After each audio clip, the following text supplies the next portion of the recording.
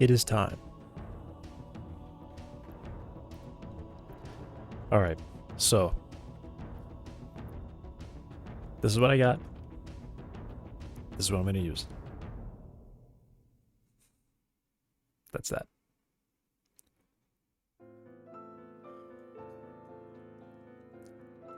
Though I was thinking about going and making a what is it? So this brush, I'd kind of been under the assumption that this was a sign, because the rest of these are like weird, you know. And these are just increasing blurs. I thought this was sign, but I was just thinking about what it actually looks like when I use this as if it was like a stamp. I just do 100 here. Well, say 50 and then 100, and just look at what it is. Okay, that is a sign.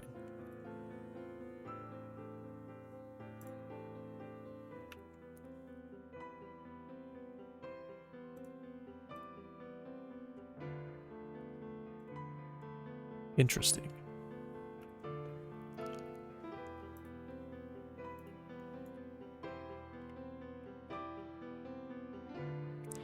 Well, not quite. It's like more of an exponential.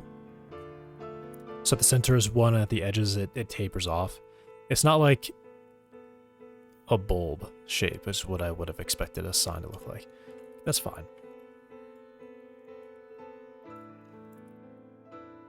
Anyway.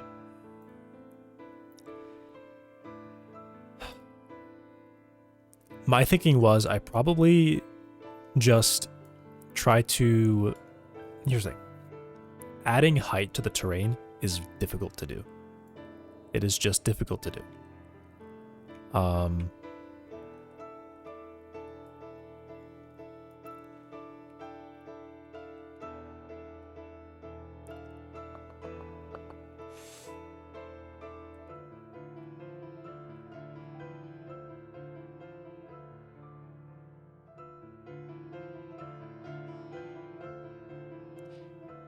Yeah, and I've got height problems here. So let me try this. I'm going to cut these. I'm going to cut this area out and try it again. But I can't do that. That's unfortunate.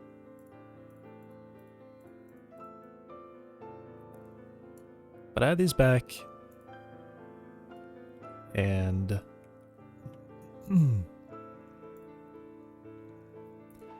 height to 0. Strength 100. Okay. Do this so I can see it.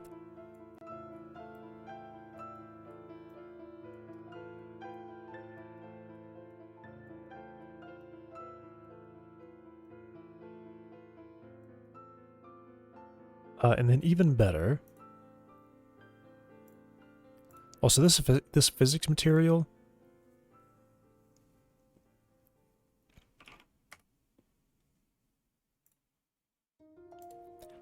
I don't know what the default is normally, but it's definitely incorrect.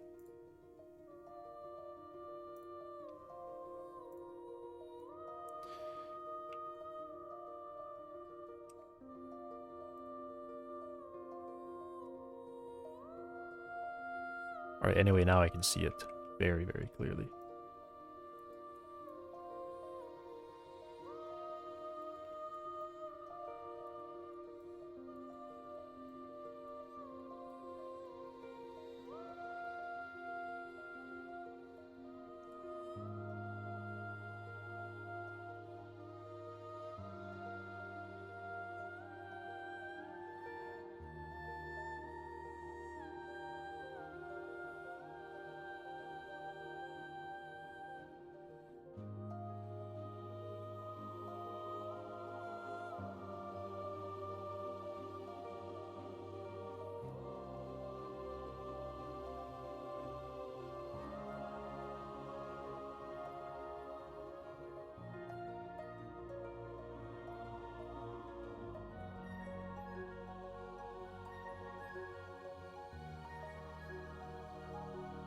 It's like not even doing anything.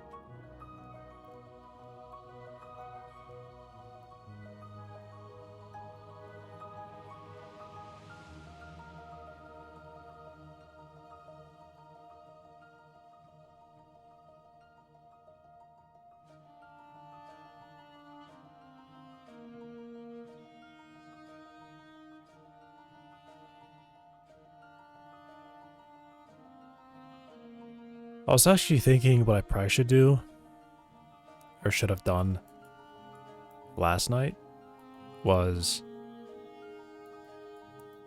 find some videos of people just like describing like how they make terrain.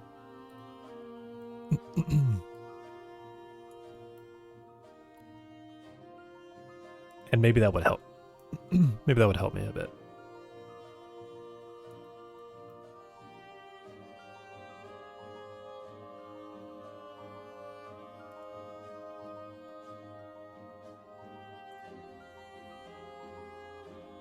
The whole thing that bothers me about all of this is that I literally have no idea what I'm doing.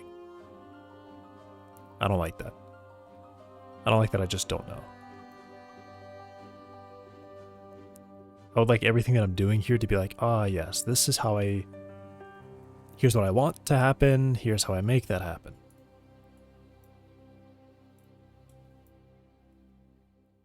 I don't have that.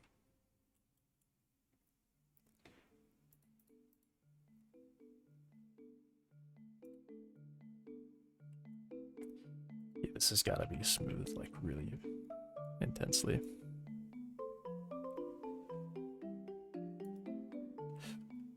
Because I can still see it.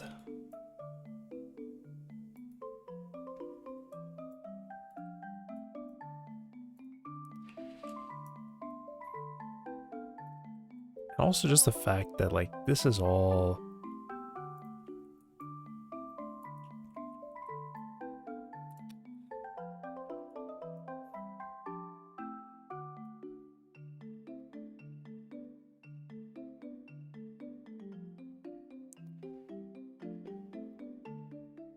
let me try something here. Let me try this.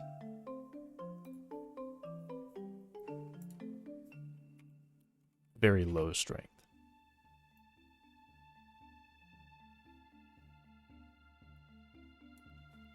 Okay, looks like nothing is happening.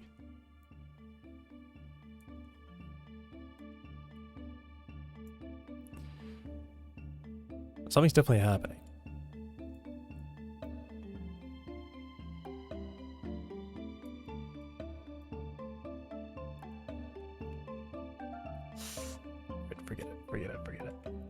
Forget it. Okay. Does this hold up if I do like a really high? I guess I'll just experiment.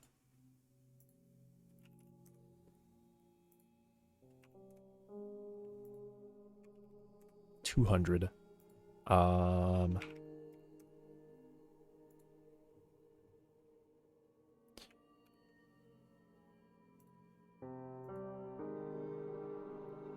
Really?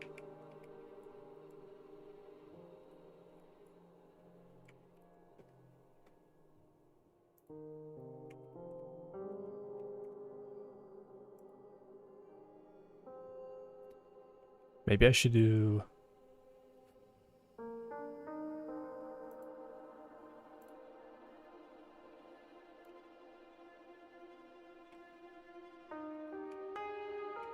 Yeah, so I'm testing. Testing.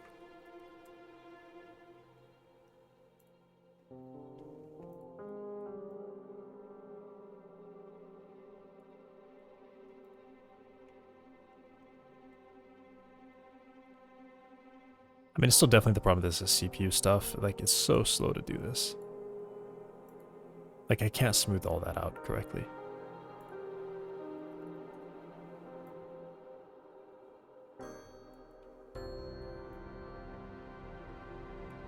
Okay, that's not feasible. That's just not feasible. Cannot do that. It's adding height is actually really hard to do. It's way too hard to do. Adding height over a large area is pretty much impossible to do.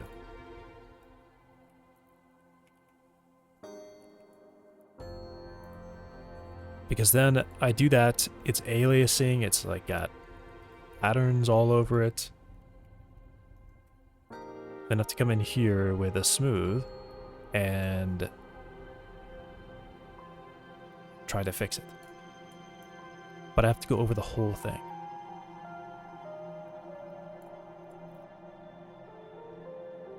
And, but then, you know, this is too much, right? Because it's too much. It's too high now. I can't do that.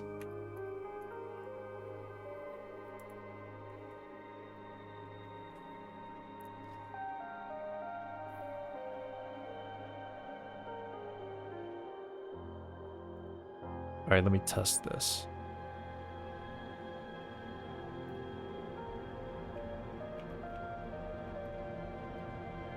Very large area. Bring it to 200. Sure. I don't mind that it looks like that. Although it looks awful. And then I do something like this. Where I use a smaller brush. I guess half strength. And essentially what I do is I just click the edges of this.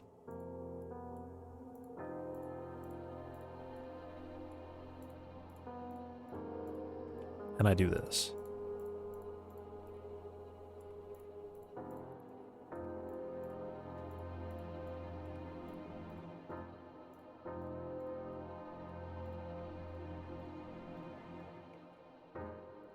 Right. It's just a test. As I always say, I literally don't know what I'm doing.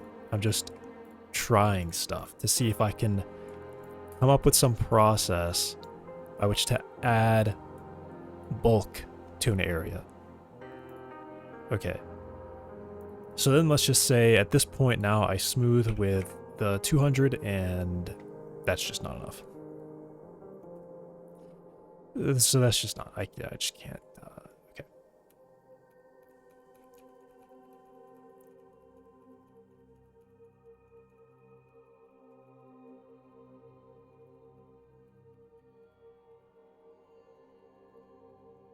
Maybe I should just go into an image editor.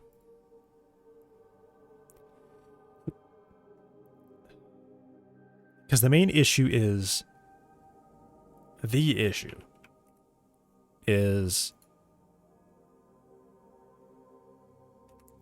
making it blend in, eventually being a smooth height change, continuous smooth height change from the edge of the map to the lake.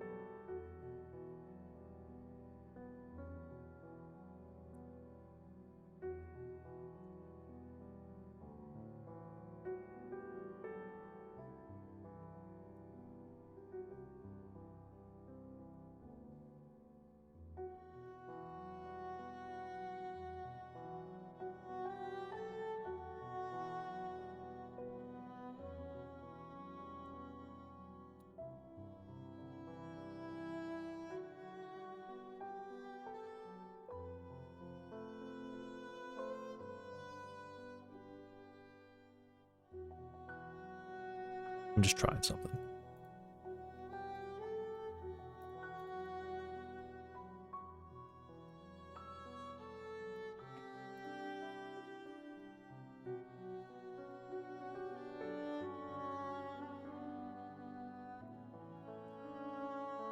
I mean, I guess I could use ramp.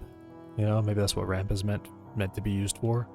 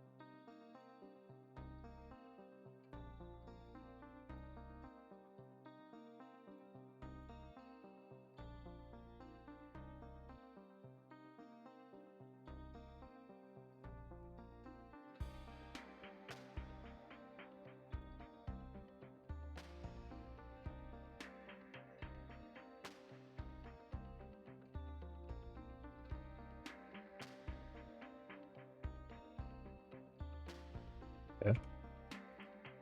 So I was kind of able to get a mass of stuff here. And I guess at this point, this is when I would...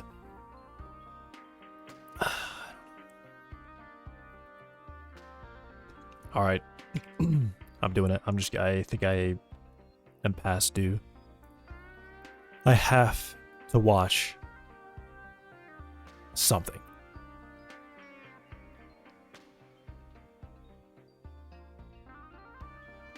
I have to figure out... It's like... I don't have any basics, I guess. That's what I'm lacking. I have no basics. I have no fundamentals for this. Like, what should I look for? I know what I know it looks nice. I'm definitely confident in my ability to know what looks good. But getting there is a problem. Starting with a good base is a problem.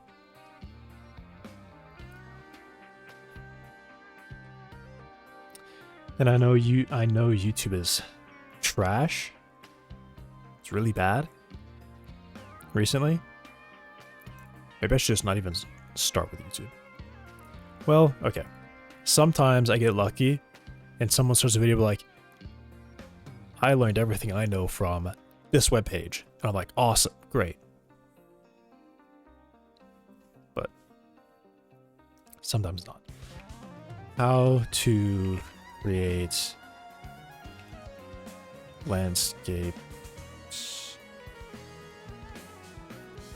Let me do this. That's a scroll. This might give me like not even okay, it actually is.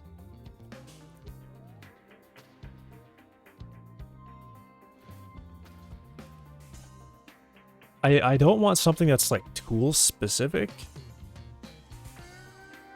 I have been thinking about using Blender.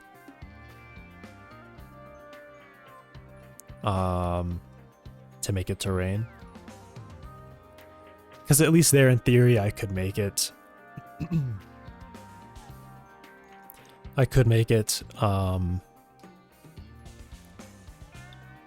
more layer based. Like literally.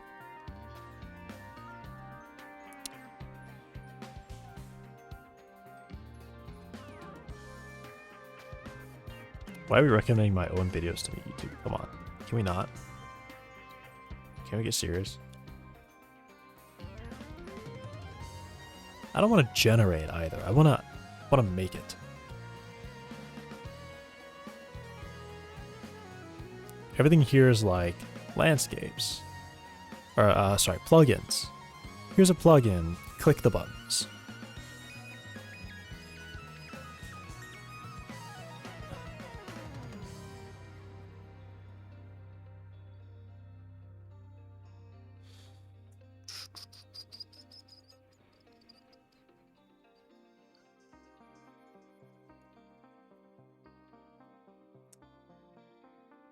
Alright, I'll give the Unreal Engine a try.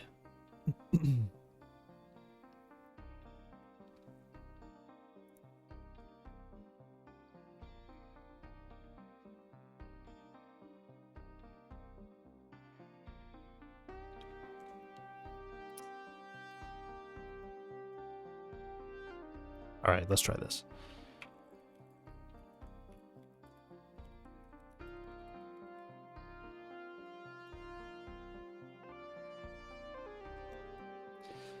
I feel like I'm just gonna find, this is what I was more expecting to see. Drawings or actual modeling. I want to draw though.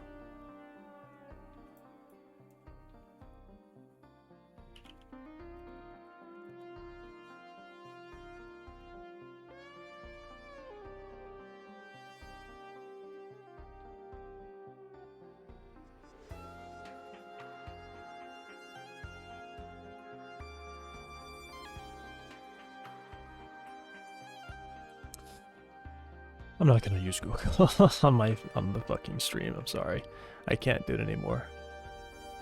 Google is evil, actually, just straight up evil. I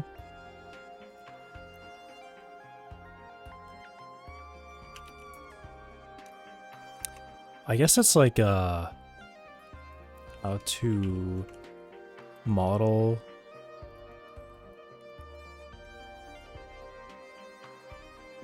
How to model 3D landscapes.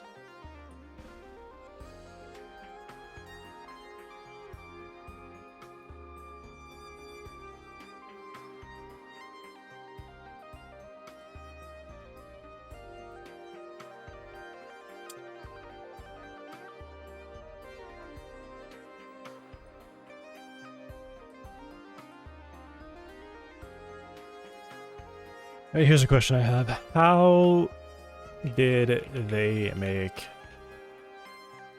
Skyrim terrain? How did they make Skyrim terrain?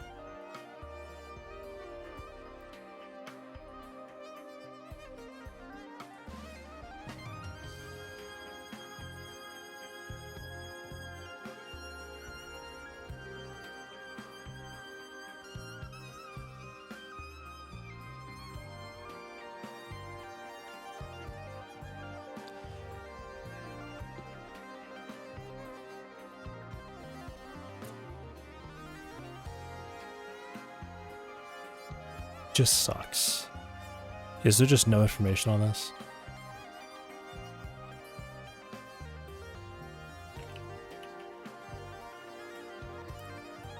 I think it just doesn't exist. No one's made this.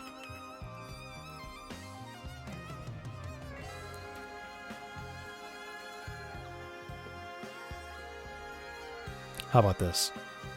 Godot, Brain, 3D. There we go.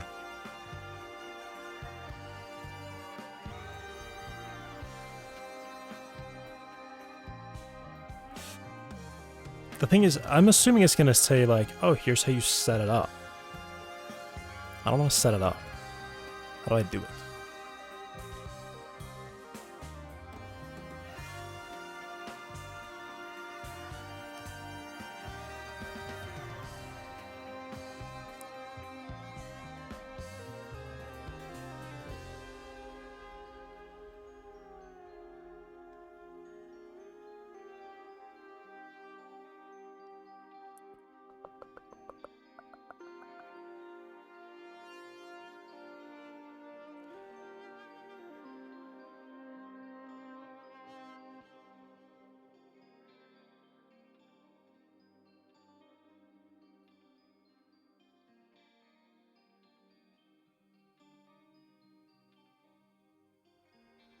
Okay. In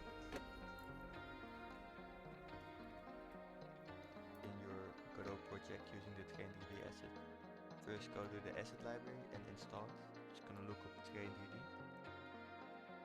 if you're on 4.4, just get the top one, and 4.3 you can get the 4.3 version. Click on it, download.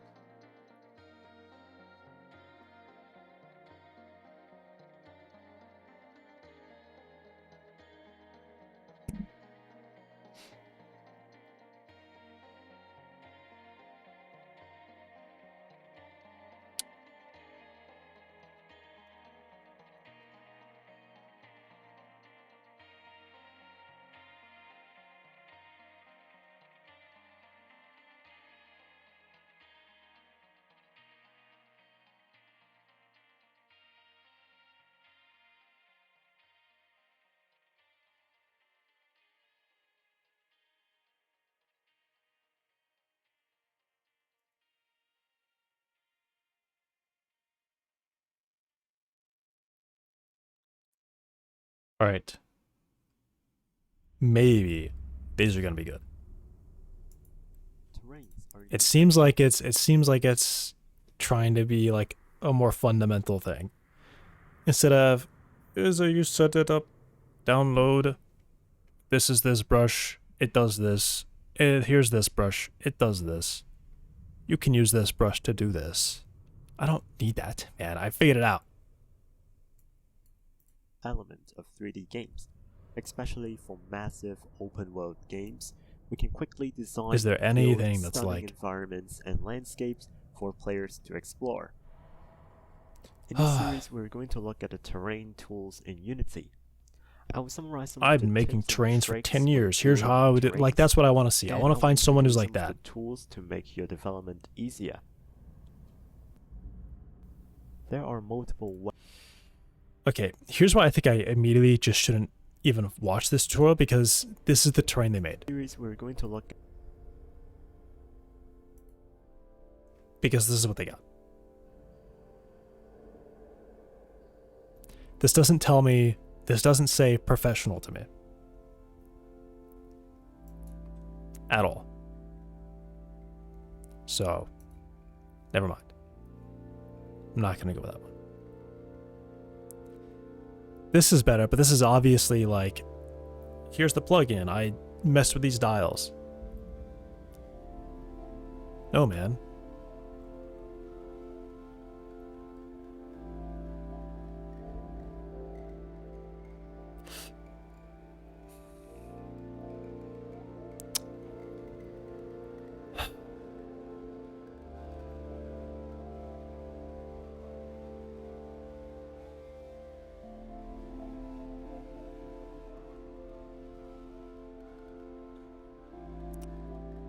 Maybe.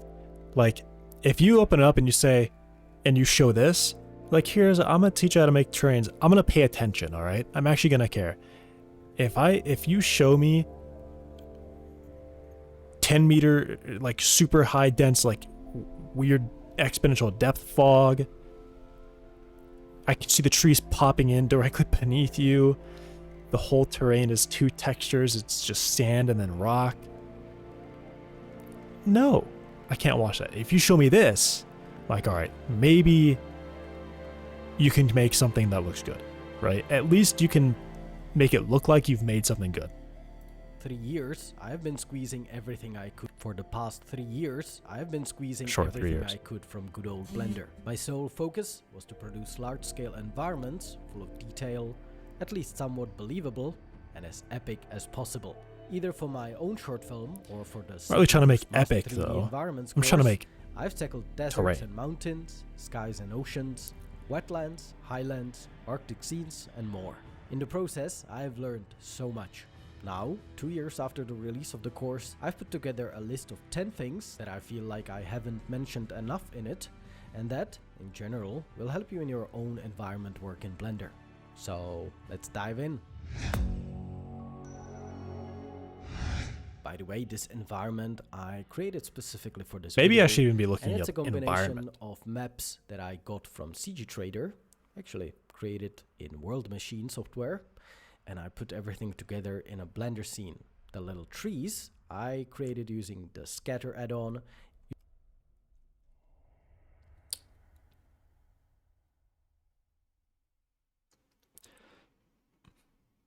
I might just get Gaia, Wood Machine, one of those two, and just make brushes anyway. Not on stream.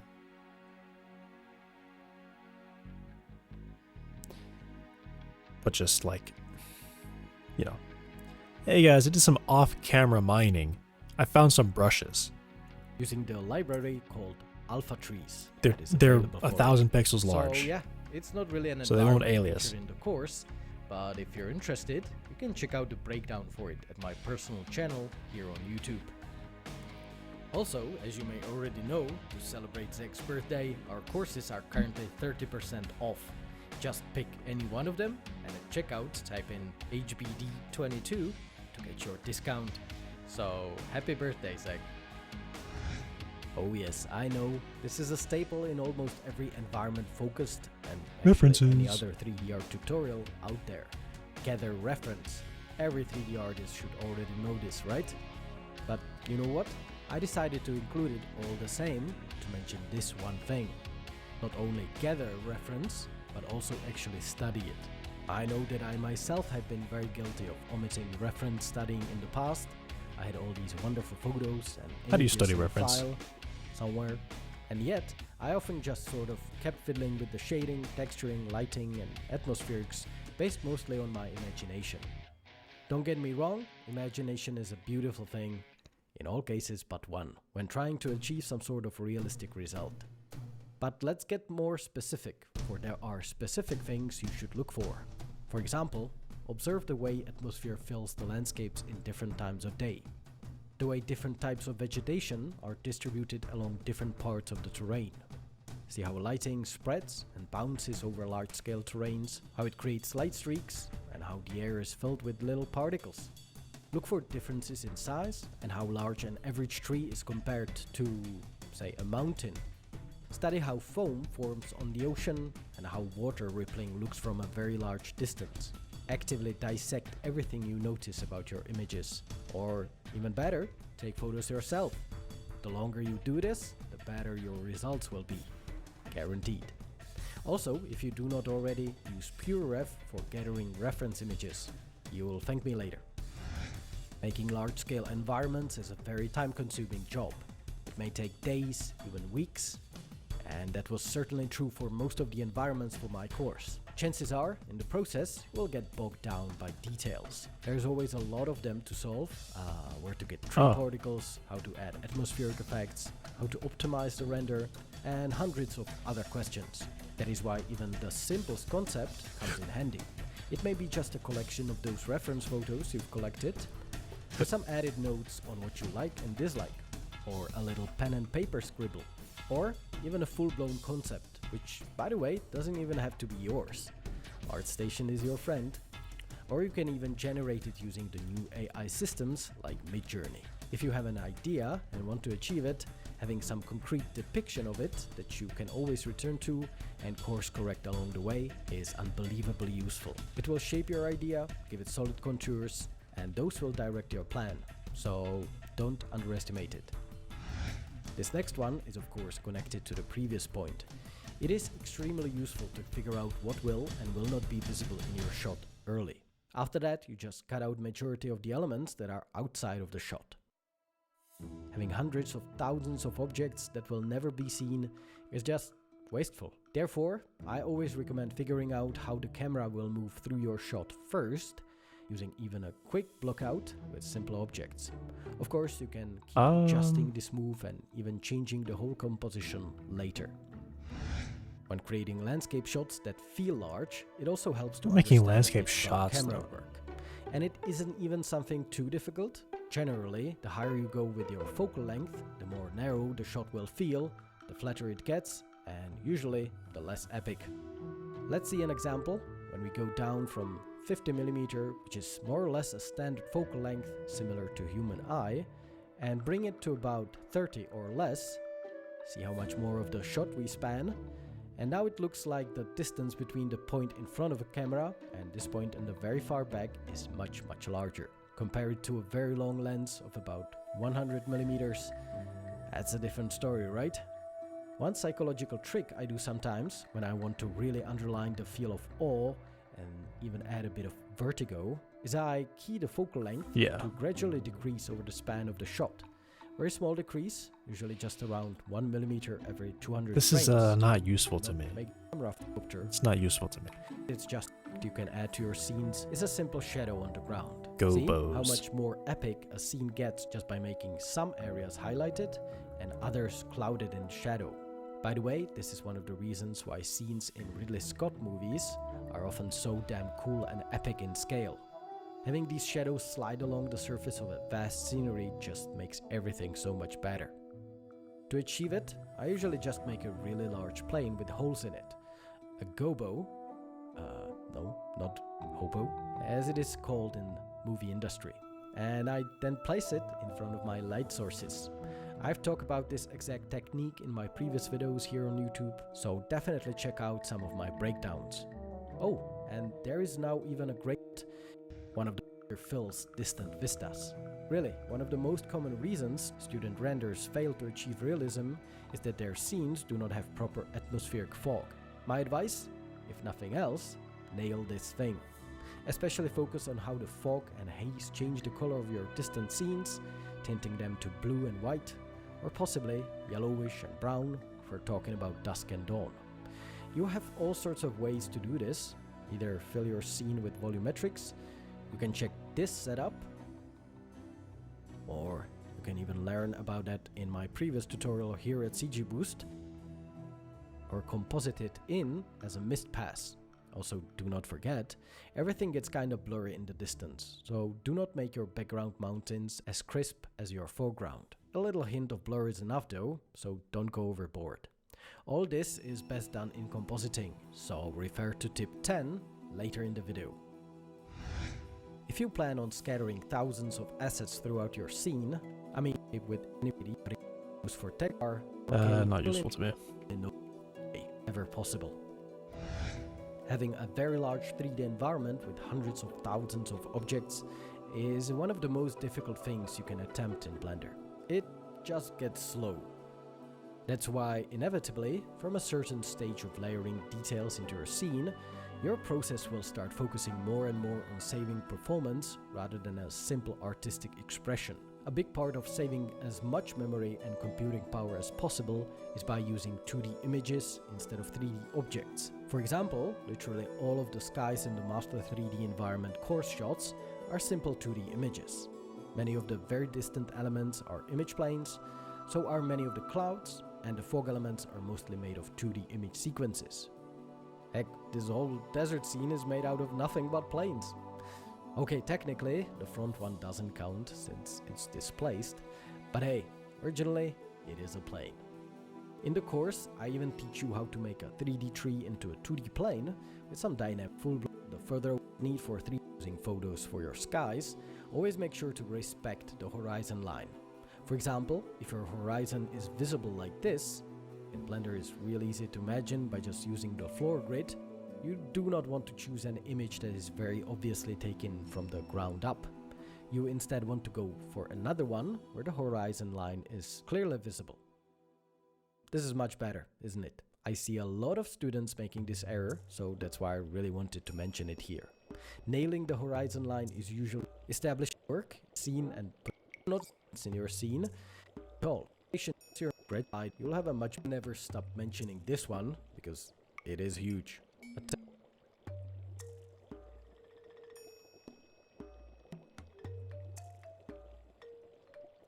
Nothing. Got nothing from that.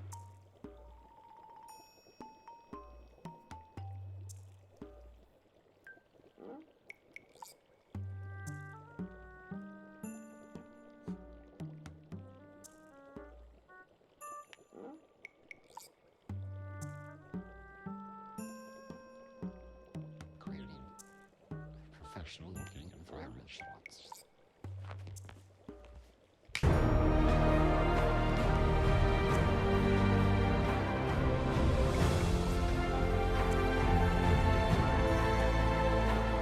Alright, calm down, please. Just... okay.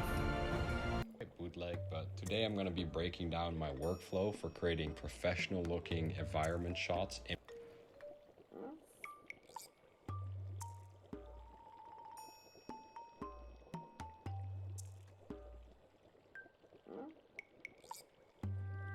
There's a microphone behind this guy. There's a microphone right there. Why are you using your phone? Why are you using your phone?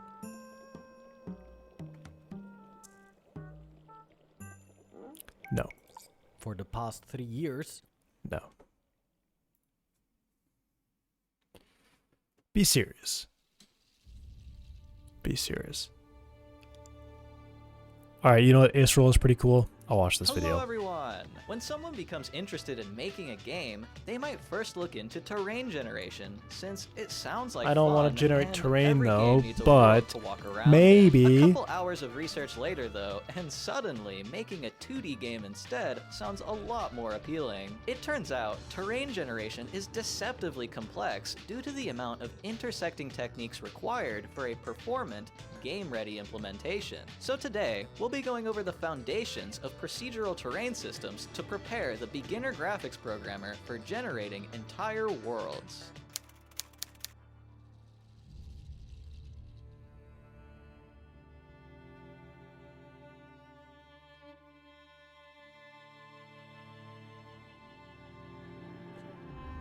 I'll keep watching it. One sec though. Video game terrain can be divided into two tasks, creating the terrain data and rendering the terrain. As usual, this is much easier said than done. Methods for creating the terrain data range from hand sculpting landscapes in ZBrush or Blender to complex erosion simulations. My heater is And going depending on the rogue and just scale of your game, continuously lots of heating up the room, even though it's optimization techniques definitely are required very for warm. real-time rendering of very large, detailed meshes. Worst of all, Okay, like this. Alright. Honestly, when I saw this, techniques are required for real-time rendering of very this, I was like, how did they make that terrain? It looks great. How did they make it? I want to know how they did it. large, detailed mesh. That information is not publicly available. Why not? Job security? Maybe it was made in Gaia.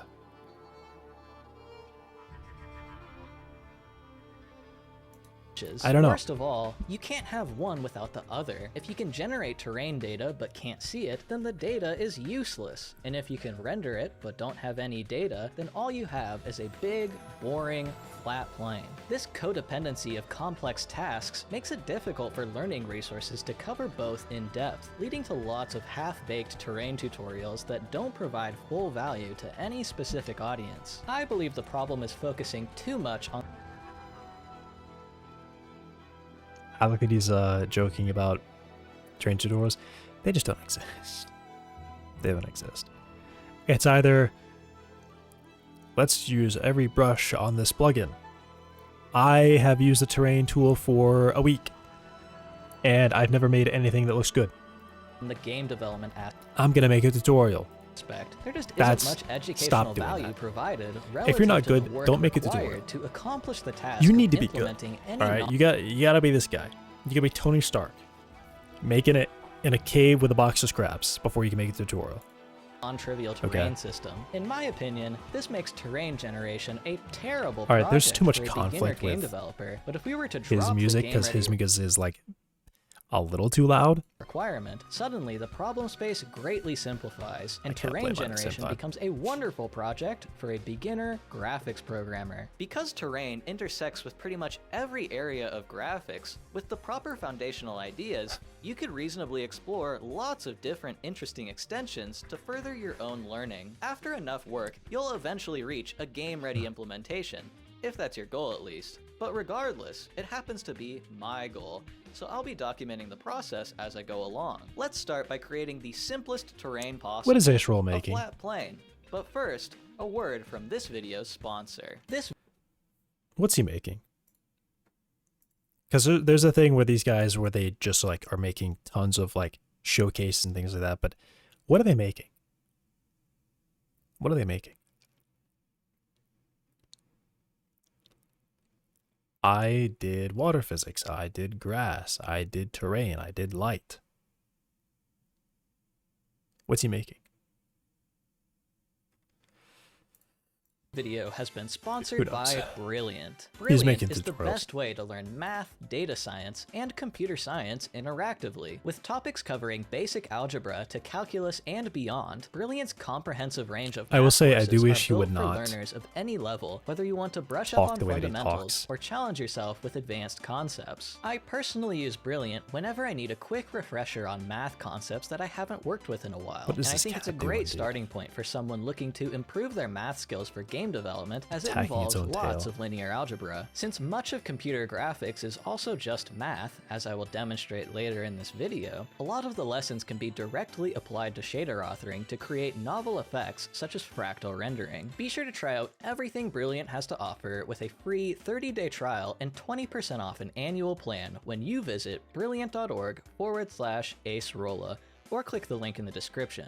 Thanks so much to Brilliant for sponsoring this video. For this project, I will be using Godot compositor effects, but as always, the methods are universally applicable. Graphics engines draw objects in the scene by sending the GPU a draw call. A draw call needs two things: a vertex array containing the mesh data of what we call a draw call. Graphics engines draw objects in the scene by sending the GPU a draw call. A draw GPU, call okay. needs two things: a It said vertex array CPU a draw containing call. the I'm like, mesh nope. data of what we want to draw, and a render pipeline that tells the GPU how to draw it. These two things sound familiar. The simplest plane is composed of just 4 vertices, the corners of a quadrilateral. We know that modern GPUs don't draw quads, they draw triangles, so we need to represent these 4 points as 2 triangles. The order in which we list the points of the triangles matters because it decides which side of the triangle is the front or back. If we take this triangle and mirror it, you'll see that on the left, the index increases counterclockwise, and on the right, it increases clockwise. So which side is the front? Well, it depends on who you ask. In Godot, the default winding order is clockwise. This means that the triangle on the right is the front face of the polygon. With a clockwise winding order, we define the 2 triangles of our plane as vertices 0, 1, 3 and 1, 2, 3. Now that we have our mesh data, we need to create a render pipeline that tells the GPU how to draw the mesh. A render pipeline is like a list of settings for the GPU that is applied to every subsequent GPU command, such as how to handle depth and blending. One such setting is the cull mode, which tells the GPU what face of a triangle to ignore. In this case, we want to enable back face culling, so our GPU doesn't render the backside of triangles, which we would never see anyways. This is why the winding order of our triangle list matters. If your triangles ever seem invisible, you might be viewing them from the wrong side. The most important part of the render pipeline is, of course, the shader that the GPU will draw the mesh with. Our initial shader will be as simple as possible. The vertex shader, which executes for every vertex of the mesh, will project itself onto the screen for rasterization, and the fragment shader, which executes for every occupied pixel, will just output the color white. After we compile our shader and create the render pipeline object, we start a draw list, bind the mesh data and render pipeline, as well as the data the shader needs, like the model view projection. I'm gonna skip agent. ahead. Often I don't configuration at need- the unsolved oscillation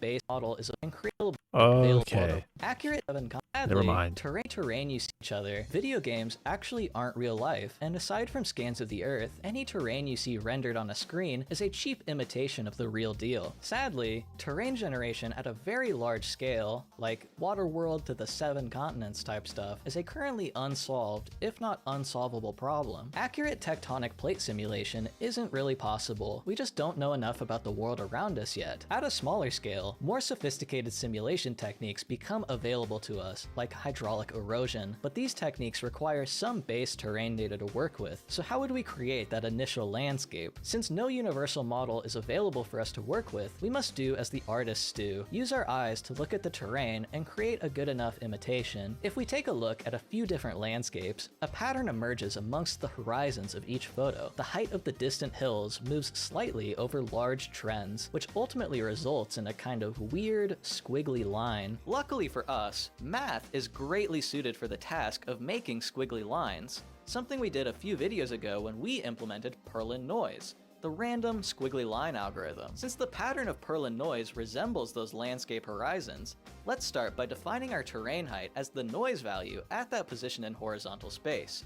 and now we just need to render this equation. You may have realized by now that video game terrain is less terrain and more a graph of some math function. The vertices of our plane mesh are like plot points of the graph, and 4 points on a graph isn't exactly an accurate representation of a function. It would seem that we need more than just 2 triangles, so we can generalize our quad triangulation setup from earlier to any square plane with side length n. There we go. Much better. Obviously, optimizing this terrain mesh to balance detail and triangle count is the first major performance roadblock of a more sophisticated terrain rendering system. That's a problem for another time though. So instead, it's time to finally visualize our height function. We have 2 options here. We could calculate the height of the vertex when we create the vertex data before it's passed to the GPU, or we could calculate the height in the vertex shader on the GPU. For maximum performance, the first option is the obvious choice, as the work is done only once, but for maximum usability and rapid development of a more sophisticated height function, the second option is much better. It takes the CPU several seconds to create a mesh of this many triangles. Any change to our height function would require us to wait a while, but if we have the GPU doing all the work, we can make updates to our terrain instantaneously, so I will choose the vertex shader option for now. But Acerola, in your video criticizing game development tutorials, you said calculating Perlin noise in a vertex shader of a mesh is like the absolute worst thing you could possibly do. In the vertex shader, we pass the x and z positions of our vertex into the height function and adjust the vertical position of the vertex. For basic lighting, we'll use the Lambertian diffuse as always. Lastly, we can multiply the light value with a dirt color to make it look more like terrain. Wow. That looks like shit. It seems we're missing some details, but hopefully you can see the vision. Perlin noise, despite not being explicitly composed of any wave functions like sine or cosine, is wave-like in that it oscillates between -1 and 1 at a constant frequency. This means that just like waves, we can change the frequency of the Perlin noise by multiplying the inside of the function, and change the amplitude by multiplying the outside of the function. Aesthetically speaking, these two things have an inverse relationship. A high frequency with a high amplitude doesn't look very good, but a low frequency with a high amplitude reveals to us a similar pattern we observed in the landscape photos from earlier, and a low amplitude with high frequency gives us a more detailed, bumpy surface. If we just add these two noise values together, we get the big hills and the bumpy details. Maybe if we add up a whole bunch of different noise values, we can achieve a more interesting terrain model. We want to start off with low frequency, high amplitude noise, and as we add more noise layers, decrease the amplitude while increasing the frequency. Eventually, the amplitude approaches 0, and subsequent noise layers do not add any more details, but the results speak for themselves. We now have a beautifully detailed landscape. This is essentially the same method we used for a water animation in a previous video, but instead of summing up sine waves, we used Perlin noise. If you can remember, this technique is called fractional Brownian motion, because it's fractal. No matter how much we zoom in, the parts resemble the whole, something we can observe in natural terrain as well. Now that we have a base model to work with, it's time to customize it and see the true value of the decisions we made earlier. The easiest customization to add is parameterizing the amplitude and frequency of our noise. The higher the initial amplitude, the greater the height of our terrain. Because we chose to implement our height function in the vertex shader, we can visualize the changes to the terrain instantaneously without having to regenerate the entire mesh. How convenient. We can also customize how the amplitude decays.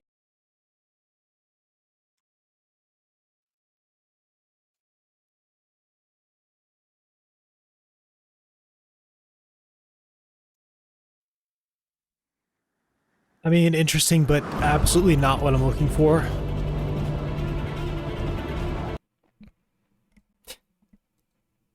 Okay. Okay. All right. This is a great start, by the way. This is a great start. This is a great start. This is incredible. Like climbing Everest or something. Many people have That actually dreamed kinda of looks like summiting Everest. the highest mountains, but there exists a strange sort of person that dreams of generating them instead. One technique for doing so, called fractal Perlin noise, has This is a year old. How have I not seen this? remained popular to this day, despite Seen this channel at all? being invented all the way back in 1983. Back then, it was really only practical to use when making elaborate CGI for movies.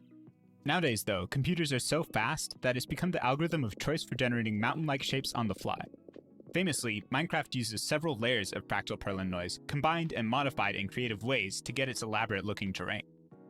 But this is one of the problems. If you just use fractal Perlin noise by itself, it doesn't look good. It looks distinctly artificial. Contrast this with a rendering of data taken from an actual mountain, and the difference is immediately obvious.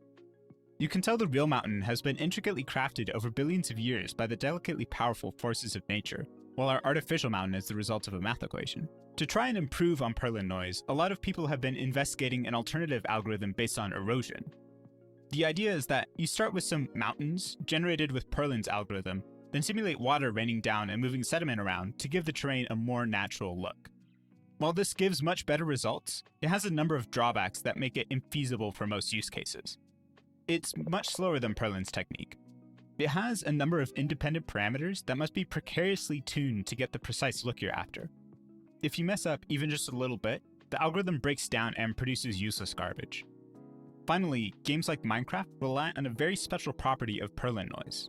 Perlin noise can be generated one chunk at a time, in any order you like, at any time you like, without even needing to know anything about what the chunks you've already generated look like. In contrast, erosion only works right if you generate the entire map all at once. If you generate it in chunks, it's possible that the water from other chunks might come in and affect the chunk you're currently making. So you need to simulate erosion on those chunks at the same time to accurately simulate the current chunk. But then you just have the same problem all over again. Considering that storing an entire Minecraft world at once would require $100 million of memory sticks, I don't think Mojang's using erosion anytime soon. But is that really it? Do you really have to pick between mediocre results and subpar flexibility? No, of course not. Being the strange sort of person that dreams about generating mountains, I've researched not 3, but 2 techniques for generating better looking mountains that you can use right now in that open world game you're making. Not 3, but The first 2. technique Great. we'll look at is an addition to the fractal Perlin noise algorithm that significantly improves the quality of its results. I learned about it from this blog post by the fantastic Inigo Quiles. Since he doesn't give it a name... All right. This is what I'm really looking for. How do you find this? Also, it's called FBM. I've seen that around. I don't know what that means. How do you find that? Right? How do you find it? Give it a name, I'll refer to it as the gradient trick for reasons that will become evident later. To understand how this trick works, we don't need to know too much about the inner workings of Perlin noise, but we do need to know what this fractal term means. See, if we just use Perlin noise to generate mountains, we get something like this. We do this by taking the x and y coordinates of each point on a plane and feeding them into Perlin's algorithm, which will tell us how high each point should be. This looks like the general shape of some mountains, but it lacks detail. If we just use Perlin noise by itself, all the details are the same size. So we can either choose to have a few big details or have a lot of small details, but we can't have a mixture like real mountains do. This is what the fractal trick aims to emulate.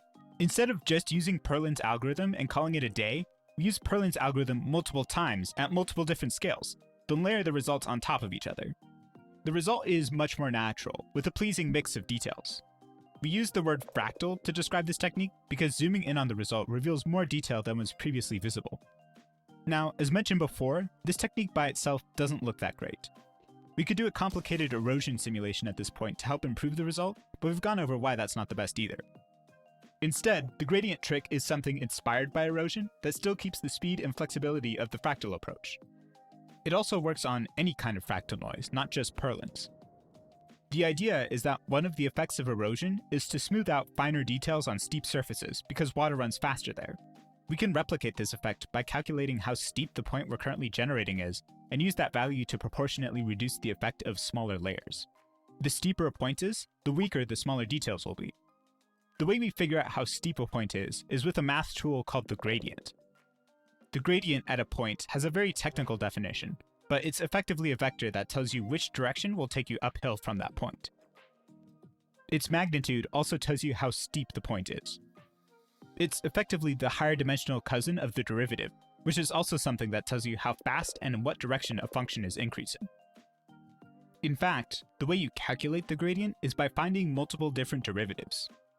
Recall that vectors have multiple components telling you how far the vector points in a particular direction. To find the gradient, we just have to find the derivative in each of these directions and collect those values into a vector.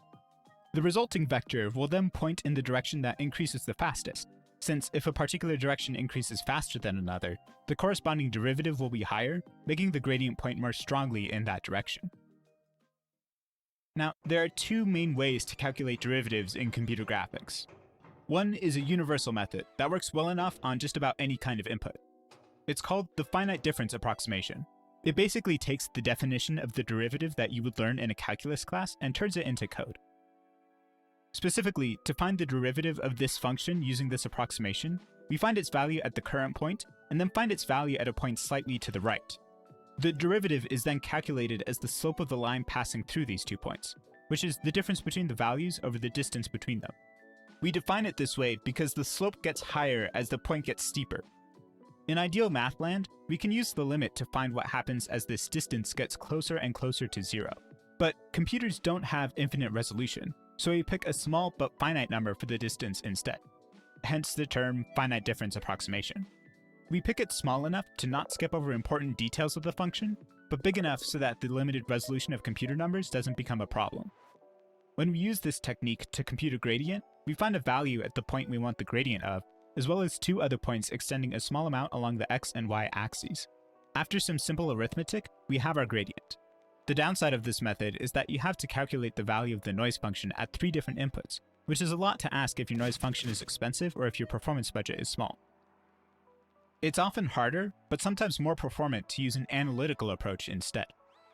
Rather than approximating the derivative at a point, we find an exact mathematical equation for the derivative, then simply evaluate that equation as needed. Oftentimes, the equation for the derivative shares similarities with the original equation, meaning that if we happen to be calculating the original function anyway, we already have most of what we need to calculate the derivative. The blog post I mentioned gets into a lot more detail about how exactly to find this equation for a couple different types of noise, so if you want more detail about that, I'll leave a link. Suffice to say, this version involves more work up front to figure out these equations, but pays off in performance, allowing your program to run faster or use more layers of noise for a higher quality result. Now that we have a tool to tell us how steep a point is, we can go ahead and implement this fake erosion trick. We start by generating the first layer, then finding the gradient at all the points we generated. The steeper the gradient is, the more we reduce the influence of this base layer. Specifically, we use this formula to give us 100% influence when the gradient tells us the layer is perfectly flat, but increasingly less influence as the gradient gets steeper. One of the parameters you can control here is how fast the gradient decreases the influence. Making this stronger makes this first layer pointier. You can also play around with different functions to adjust the shape of the influence, giving different shapes to the slopes of the terrain. Now that we've done this first layer, we can consider the next layer. We compute it and its gradients like before. But instead of just using that layer's gradients to erode that layer, we use the sum of that layer's gradients and the previous layer's gradients. This makes it so that areas that will become steeper when combined will be eroded more strongly than areas that will be flatter when combined. We continue adding additional layers, keeping a running sum of the gradients at each point, and using them to decide how much of the new layer to add in at each point. The final result looks like this. While we can agree it doesn't exactly look like erosion, it does look much more interesting than the plain fractal Perlin terrain. And that's ultimately what matters here. In computer graphics, we're in the business of making things look pretty, and I think this counts even if it's not perfectly accurate. The algorithm we've ended up with makes the individual layers have more interesting mountainy shapes, and also Alright, so the reason I wanted to watch this is that my thinking was if I understood how this worked, because I've seen this noise before, this is like the terrain noise. Except for Minecraft does not use this. Minecraft uses something really complicated. It's way over. To be serious, Minecraft's terrain generation is probably 10 times more complicated than it needs to be. You could definitely get good Minecraft terrain easier than they do it. There are literally alternate like world generation plugins or mods or whatever specifically for that. Makes it easier to add new biomes and easier to craft those biomes. Meanwhile, Minecraft is like a fucking 15-dimensional hypercube. And you have to know every piece of it to do anything.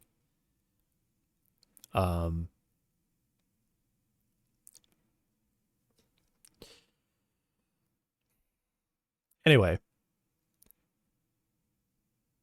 if I can find a way to kind of like do this by hand, that'd be nice.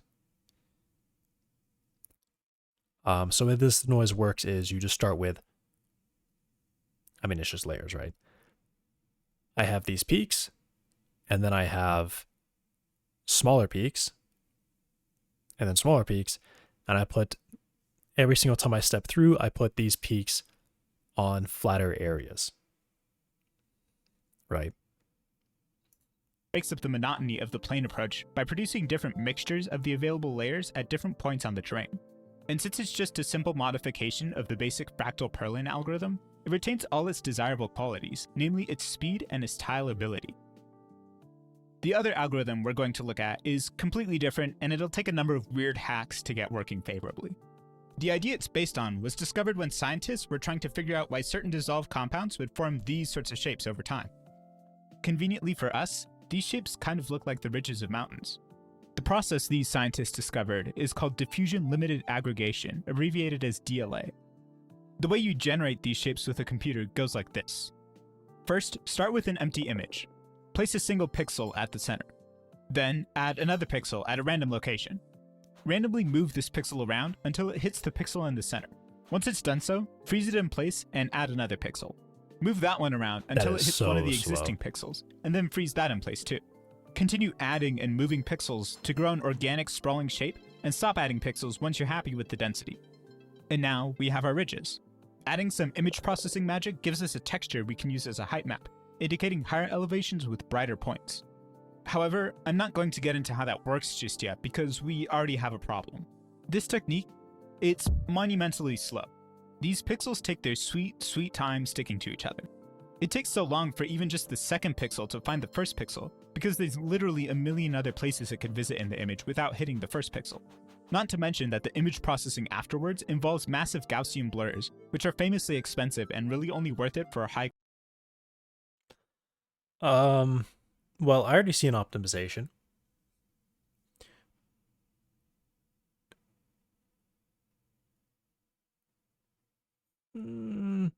I was going to say, that the pixel's going to end up touching an existing pixel.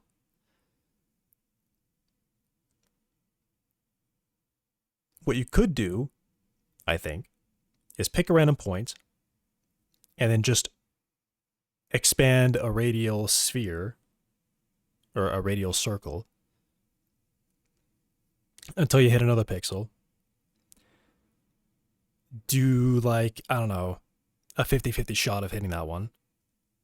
Or maybe some like exponential curve. Like if it's far enough away, divide it by the radius of the circle. Or just compute the distance to all the other pixels and say, well, most likely we're going to end up on probably the closest pixel, but that probability is depending on the surface area of the circle at that distance. Right? It could definitely be done a lot faster. Their method is like hard simulation, like literally simulating a particle shuffling around randomly until it touches another one, and then you just keep repeating the process. Quality. What you would really probably do is do it a lot of times, start with like 10 particles, shuffle them around until they hit, and then once one of them hits a frozen pixel, throw in the 10th one. The applications. Luckily, and definitely like the second pixel you can just place immediately because there's only 2 choices. So we can solve both of these There's problems only by 4 using choices. a gradually increasing level of detail. See, if the image is small or already filled with a bunch of pixels, it doesn't take long at all for a new pixel to find an existing one. So what we can do is start with a small image and run DLA on it until it fills up a bit. Then we upscale it and run DLA again on this now fairly populated image to fill in more details. We continue increasing the size and running DLA again until we reach the resolution we're happy with. This approach also happens to solve our blur problems. While this was always an option, the technique we're using now lends itself particularly well to something called a dual filter blur. The idea of the dual filter blur is that you start with a crisp image and gradually make it smaller while applying a slight blur at each step. The small image is then repeatedly upscaled, again applying a slight blur at each step until the size of the original image is reached. The end result looks incredibly blurry for the small amount of processing we did, due to the fact that the blurs on the smaller levels acted over larger percentages of the image all at once. To use this in our multi-resolution DLA technique, we can just throw out the first half of this algorithm and use its upscaling process every time we upscale our image. We first generate our starting low-resolution image. We then make a larger version that's blurry and a larger version that's crisp, using the crisp version to add more detail. Once we have more detail, we can add that back to the blurry version and do another blurry upscale, while doing a crisp upscale on the raw detail. Again, we add more detail to the crisp image, and add the new detail back to the blurry image chain. By doing it this way, the coarse detail gets blurred a lot, while the fine detail only gets blurred a bit. This is effectively another fractal technique, and it also performs quite fast. Now that we have a general overview of how this algorithm works, we can dive into the details. Namely, how does this crisp upscaling work? How do we ensure that the peaks of the mountains are higher than the base? And what exactly do I mean by a small blur? First, upscaling. How do we turn this into this? What we want to do here is keep track of which pixels each pixel gets stuck to while we're adding detail. This one got stuck to that one got stuck to this other one, and so on. Once we have this, we can upscale this as much as we want by just redrawing these connections as lines on as large of an image as we need. This gives us a general structure to start with, plus plenty of room to add more detail.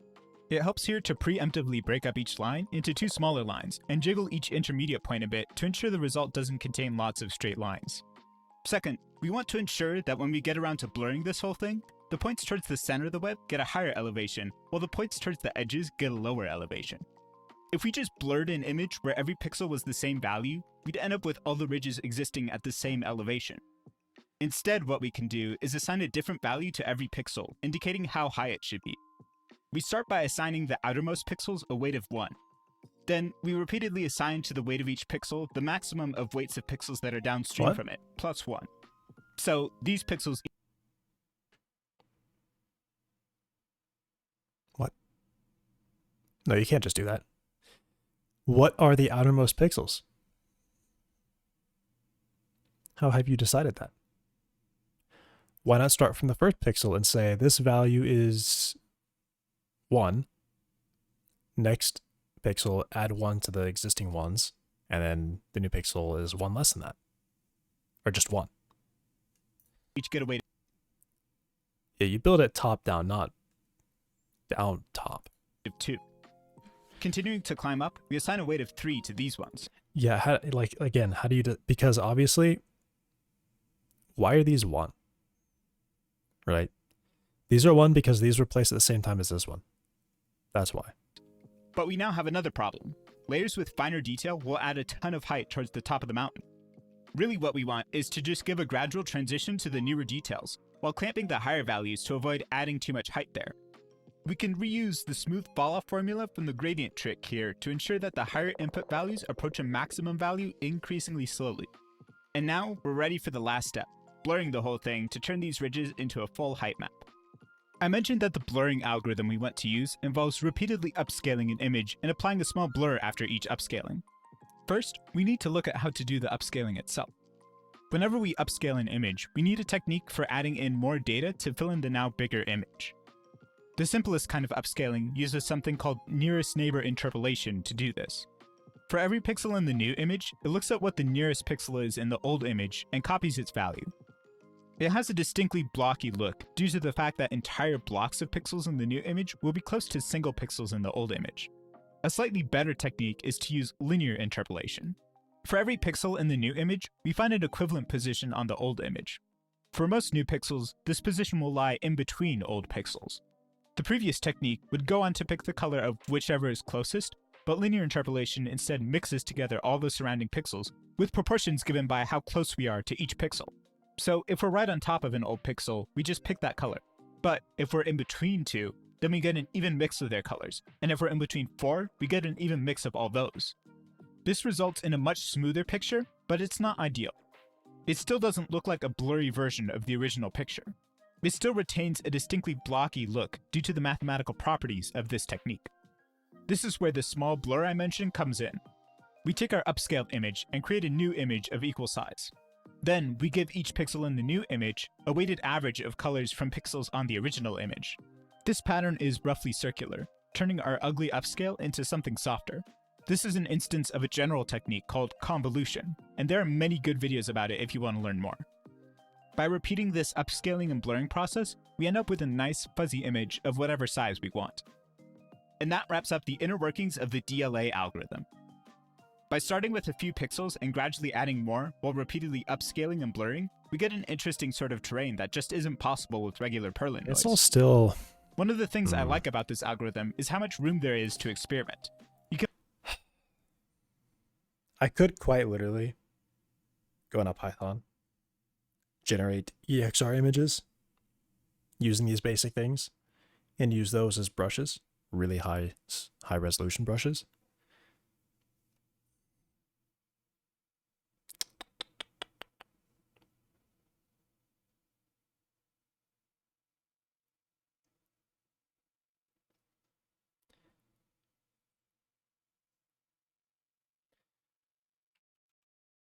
I've got a question.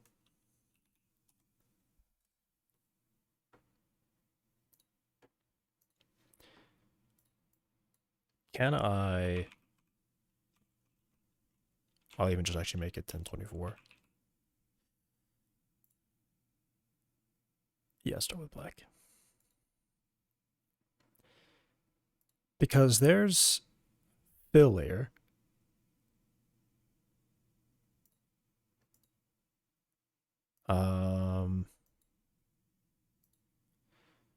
There's simplex noise.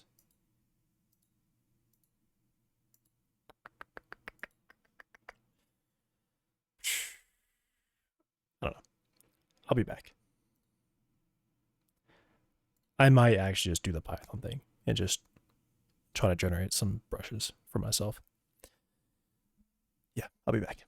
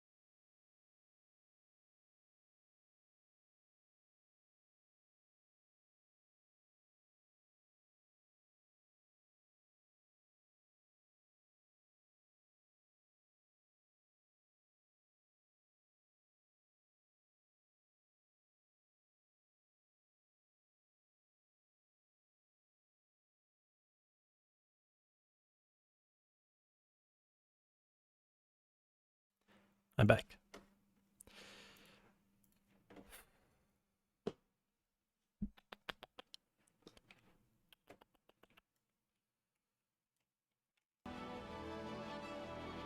Start that one over.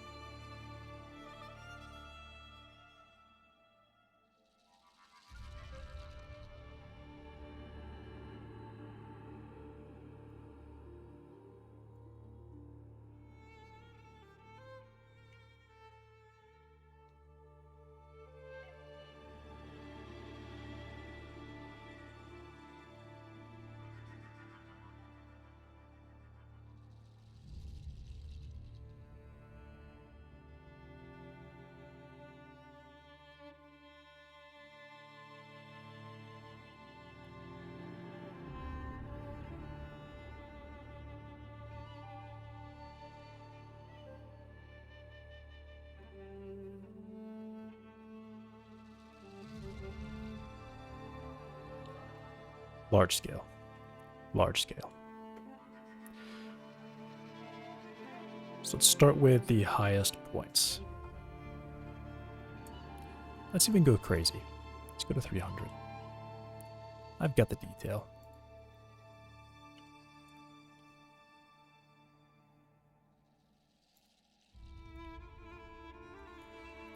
Um...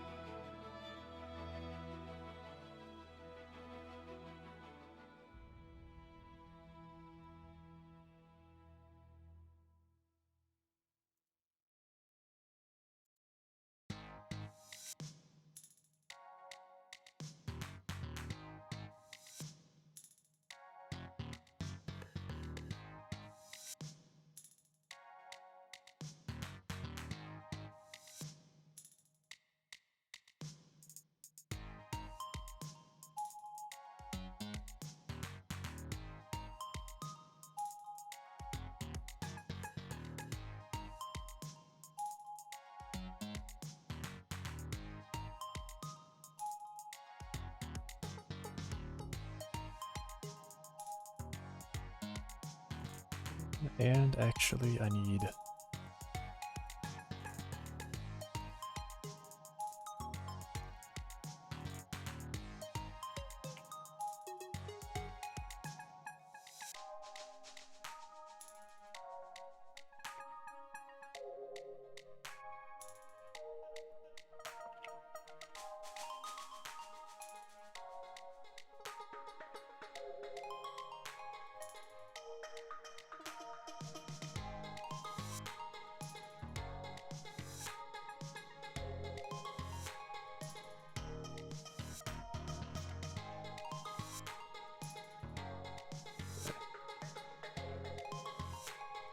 I'm gonna go and hide the town.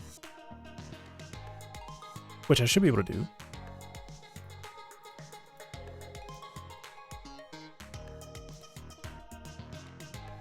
Alright, this has to be a node 3D. So I can actually hide it.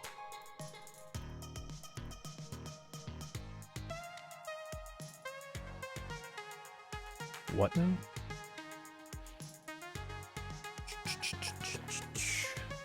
That's annoying. Okay. Well.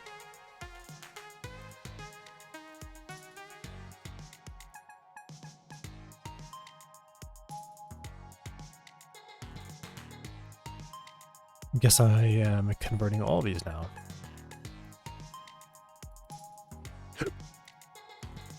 Not a big deal.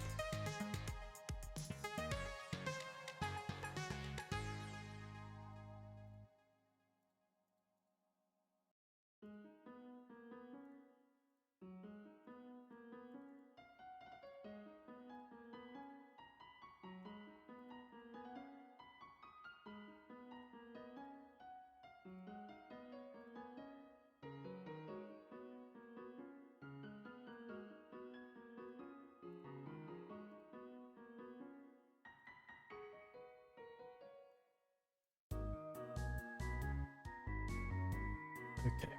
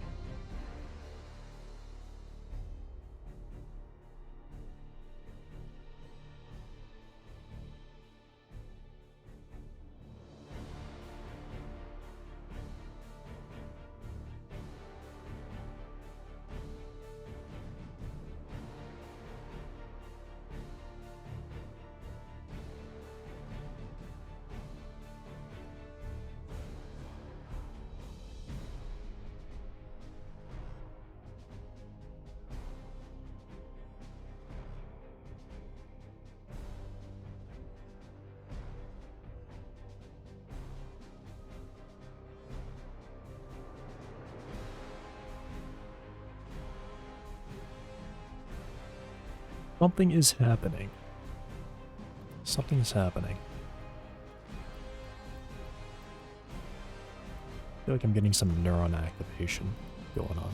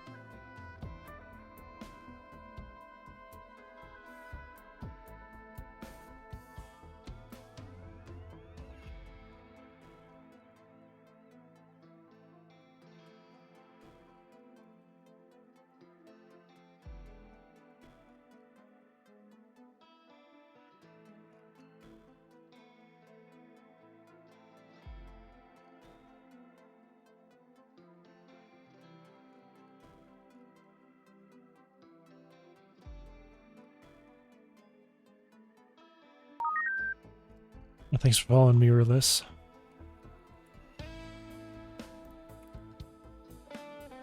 I can't figure out what to do here. I know what needs to be there, I just can't make it happen. So I'm gonna move over here. I am under no illusion that I know what I'm doing. I'm just doing something that is making things that look okay to me.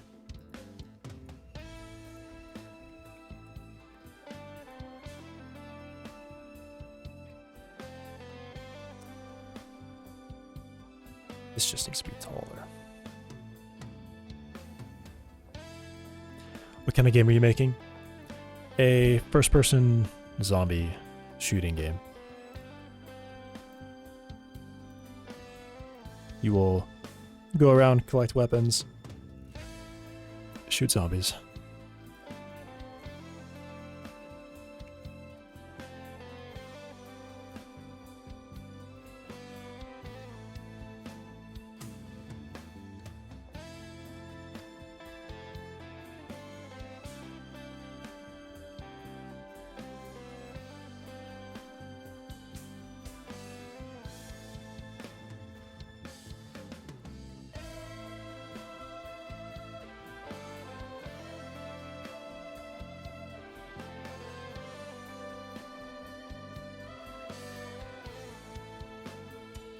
Nice, yeah.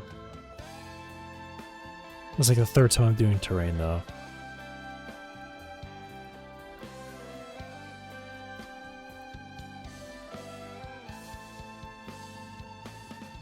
Just can never quite make it look good. I'm never happy with it.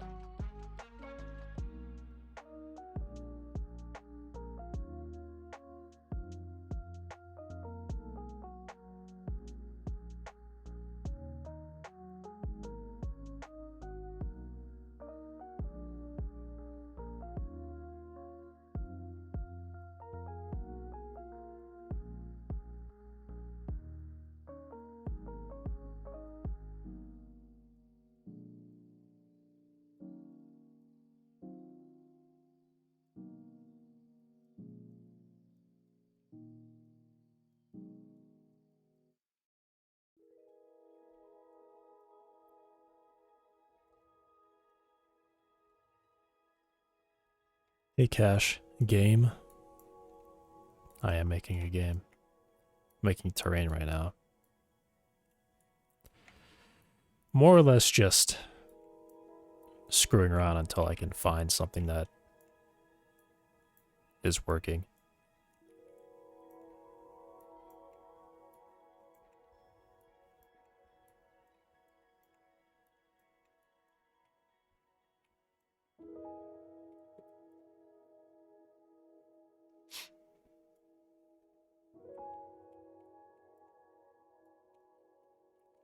Making Mount Everest? No.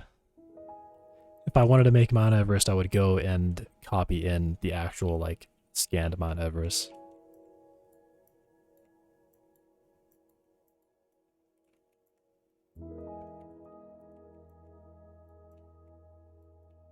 More or less, this is like me trying to figure out ways that I can use this terrain sculpting tool to do something that I want.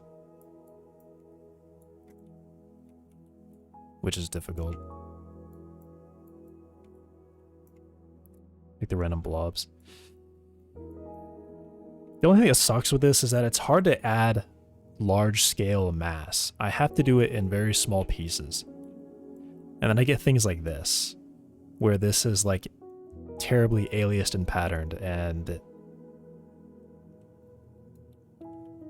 it's just hard to work with.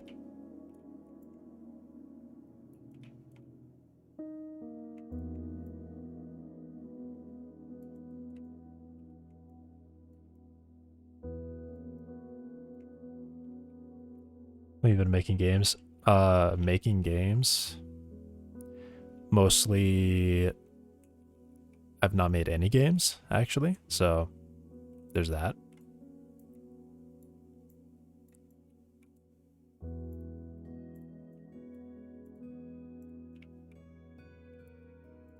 Yeah, the first one I'm taking, like, very seriously.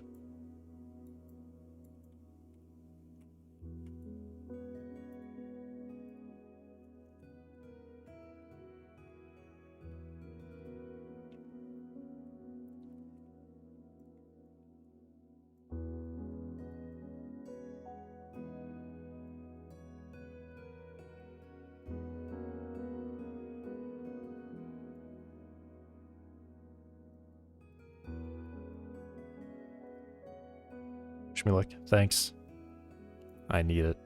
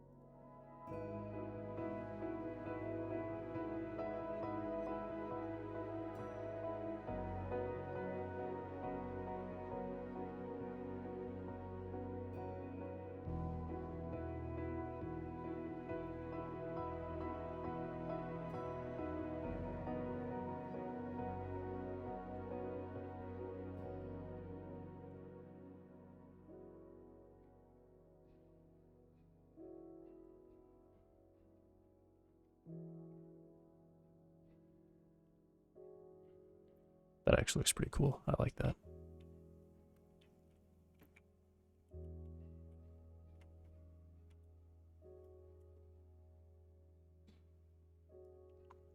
Making a survival zombie game? Not really survival. Surrounded. Good zombie survival game, but it's low poly stuff.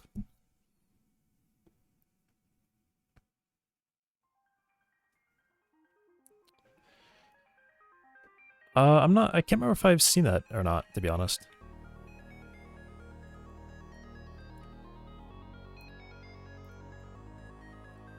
I may have.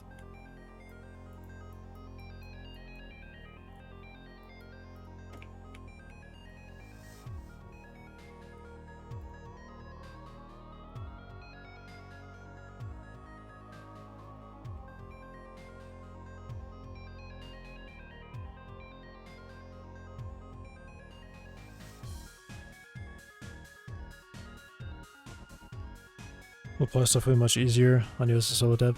Well, I haven't quite decided yet how I want it to look. And low poly will not be really the art style. It'll just be a reason to optimize the game, to make it easier to run. I don't really like low poly as a style. I don't believe it's a style.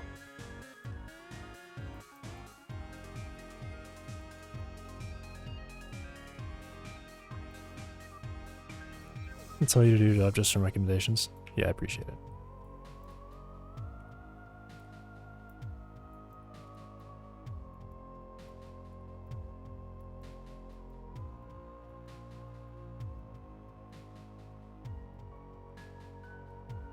I do like to look at other games to see what other games are doing.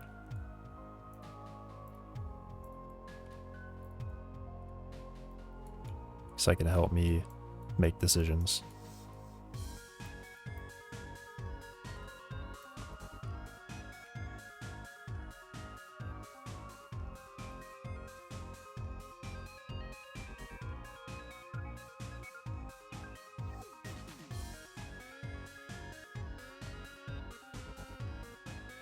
Play as Defa style?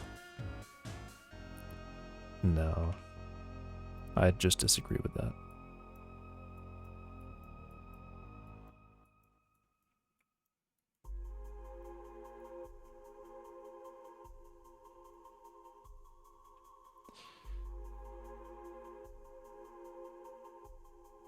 When I say style, I mean, like, if you were to do a painting, you were to say, oh, that's like Gothic, or like a building.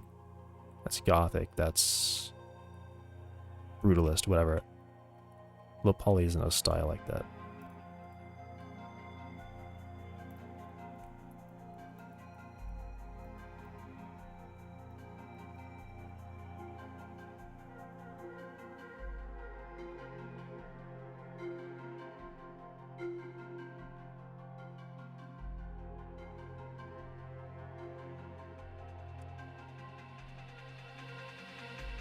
It's only game dev, only game dev. The way I see it, I don't think you should make a game that looks that way because you think it looks good. I think low poly is an artifact of limitations. It should only be an artifact of limitations. If you're not limited... Let me say it this way. If you're not treating it like you're intentionally trying to limit yourself, then it's going to look... Your low poly style is going to look simply bad. I'm not saying anything about Schedule 1, but I think pretty much no one does it correctly because they don't treat it like a limitation. They treat it like it's a decision.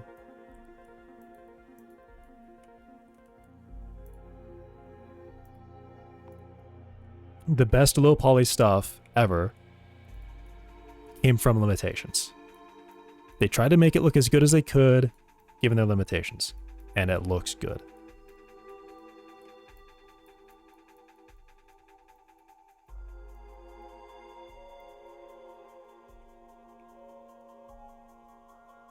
That's how I see it.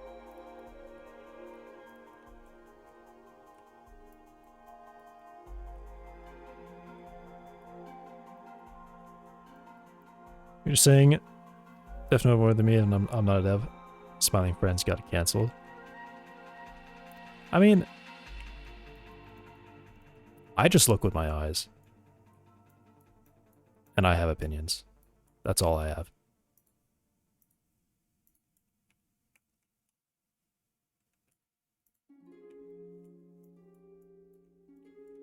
Like I said, when you treat low poly like it's a decision you're making, it doesn't come out good.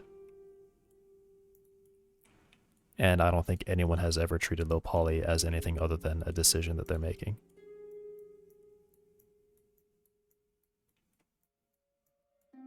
It should be set up rules for yourself and then do the best you can in those rules, or given those restrictions. And that's how you can make low poly.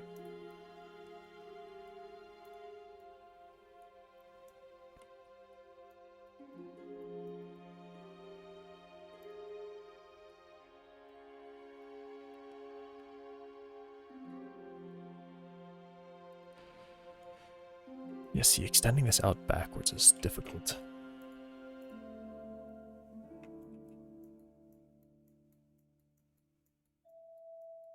Because I don't have terrain far enough away.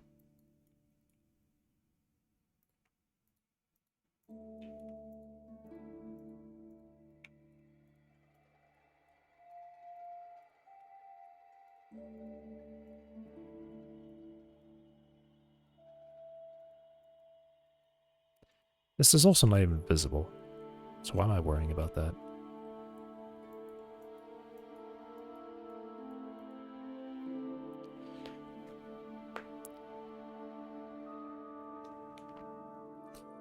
Bless this one, Danilin. I swear. If it's not a banger, I might have to just start ignoring you. Okay. Come on, man.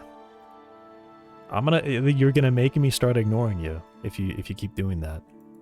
I can't keep doing this.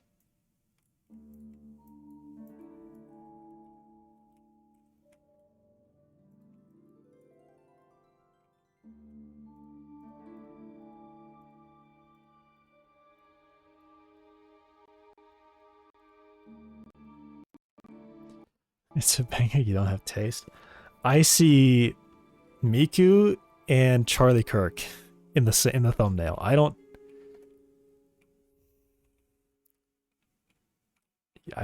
think that can be called a banger. I just don't think it's possible. I don't believe it.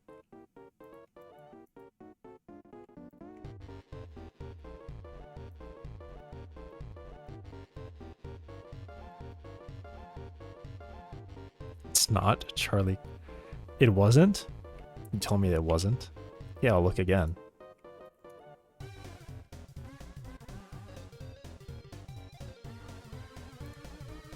Alright, it wasn't.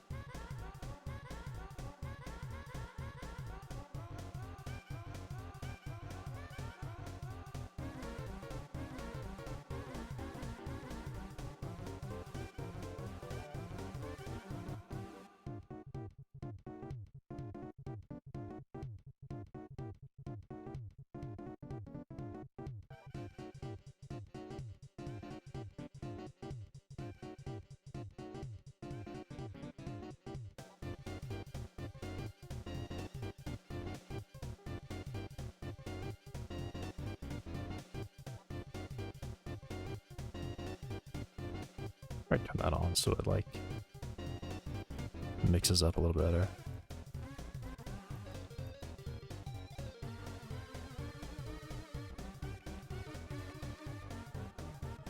Oh, wait a second, I'm not actually using... Whoops. I haven't actually been using the right one.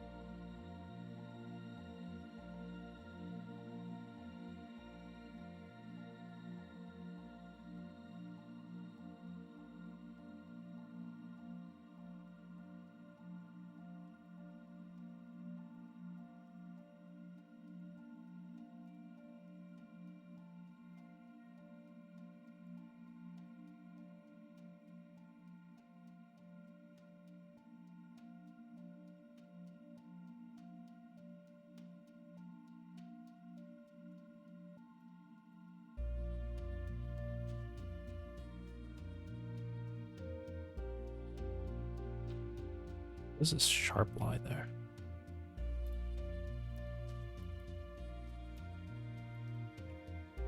Strange.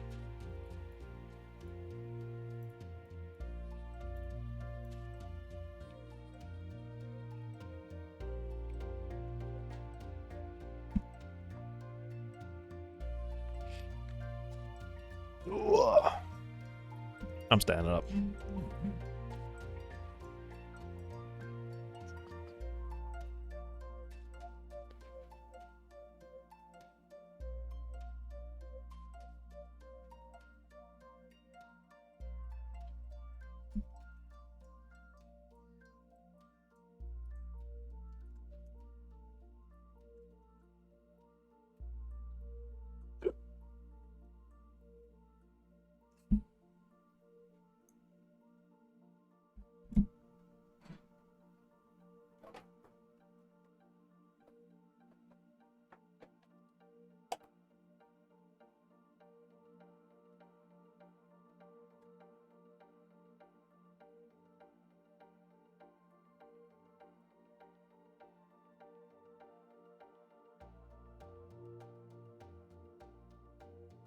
All right.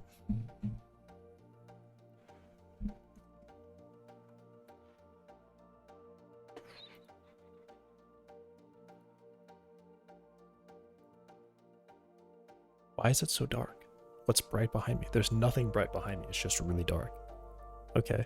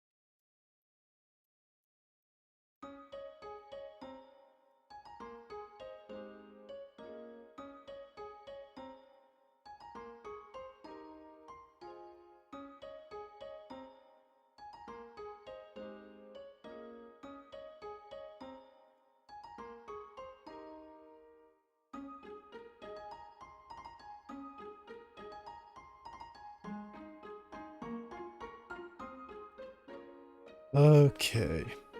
Let me really observe this here. Anything that I need to, that's got to be fixed, like immediately. This is just bad.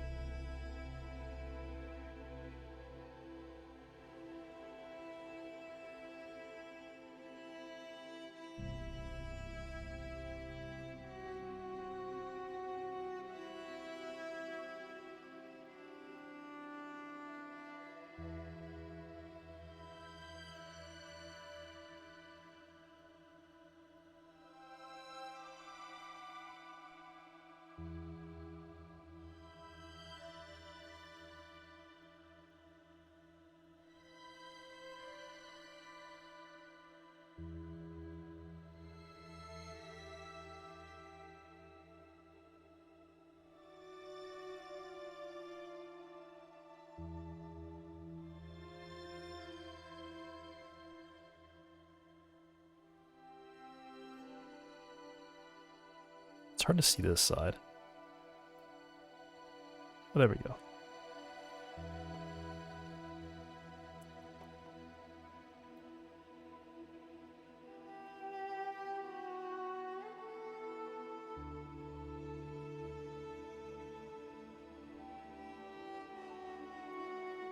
Oh, man.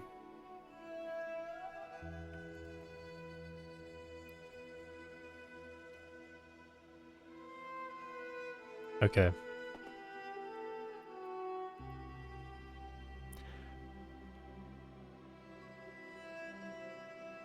I think good bones for the foreground stuff. I'm still assuming I will have things to fill the background with. Essentially just, distant terrain.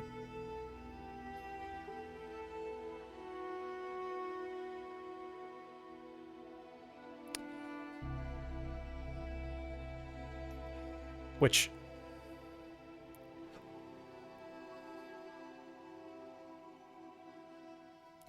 it's just sad because I don't know how to make the light work like that. Realistically, what I would do is I just have the terrain set. And then I have it painted. And then it would quite literally be like the skybox stuff. Anything that's not obscured is just like a virtual camera of a small scene blown up.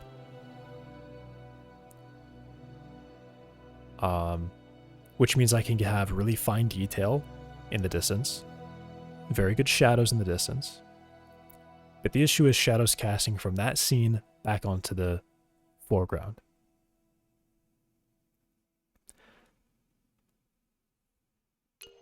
I think in order for that to work, I can still have that scene casts shadows just in its own world.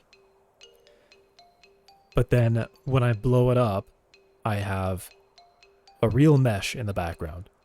There's actual physical mesh there that is obscuring and casting shadows back onto the main scene. That's what has to happen. Because let's say I just have some mountain right there. That's background mountain. I need to be able to stand here on this island and, as the sun goes behind it, see that its shadow is casted. That's a problem I have to solve. This just sounds hard. No, I just don't want to do that. That doesn't sound fun to me. Fixing that.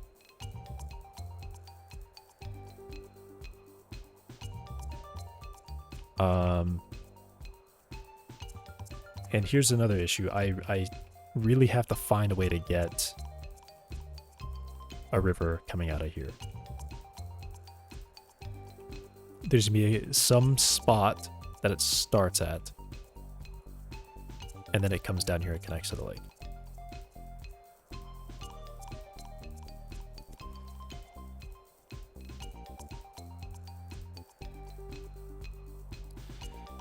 I found out about DVD 18. It's a double-sided DVD with 17 gigabytes of storage.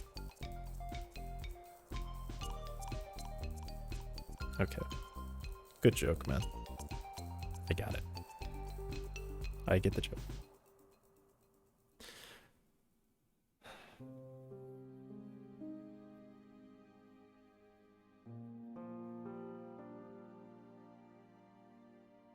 I'm serious.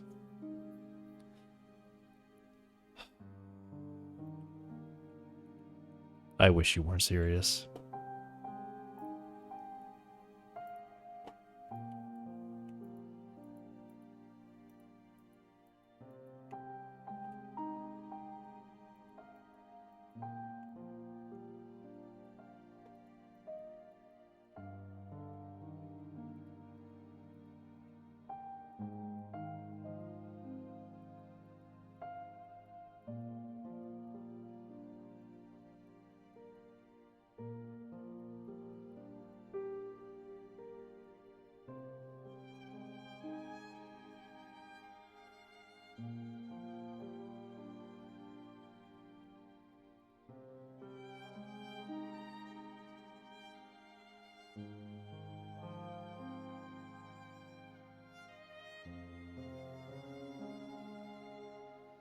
Didn't cry wolf. Oh.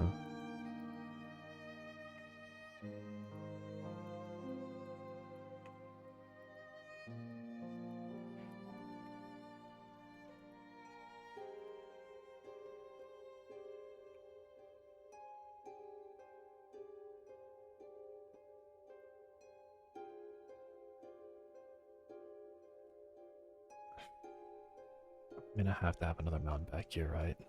I just have to. But it looks good from here. That looks right.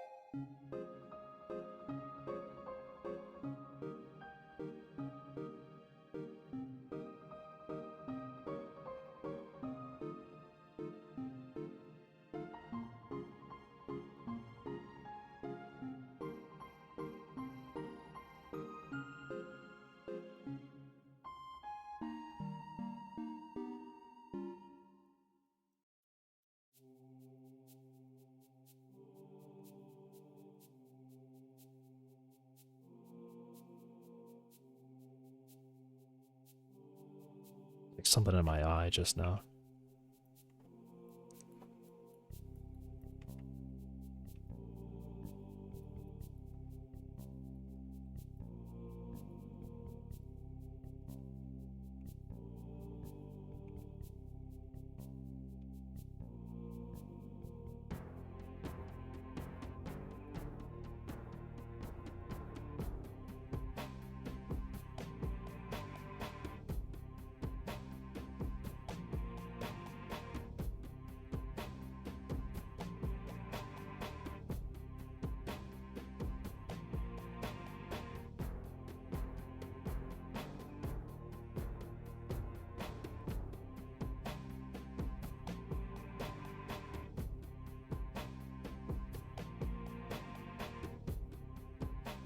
Okay.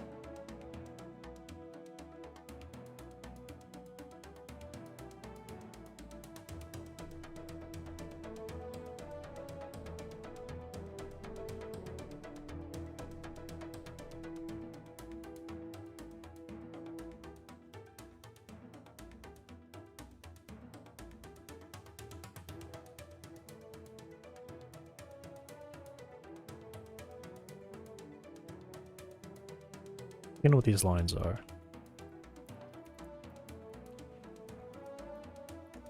Yeah, see another, now it's gone.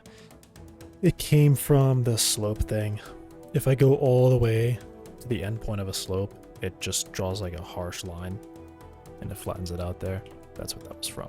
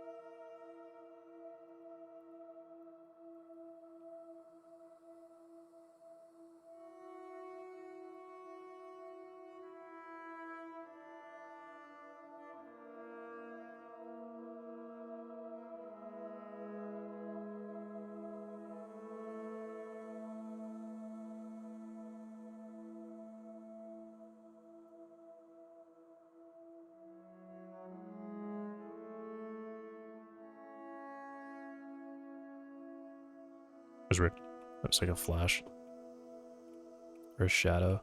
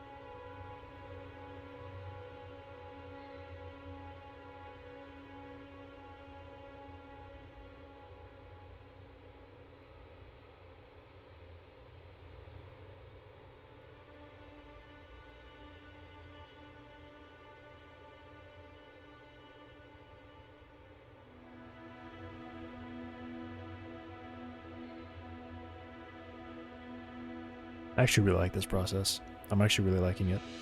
I'm just using the plateau with this like rotating brush and 10 string.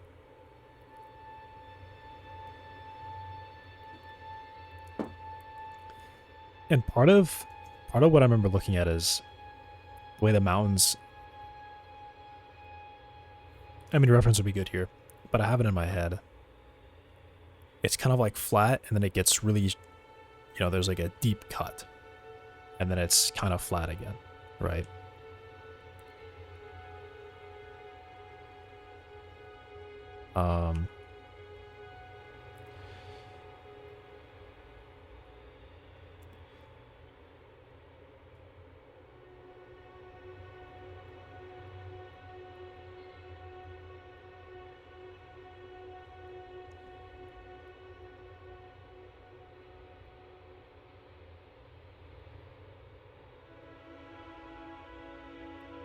And then the ridges as well.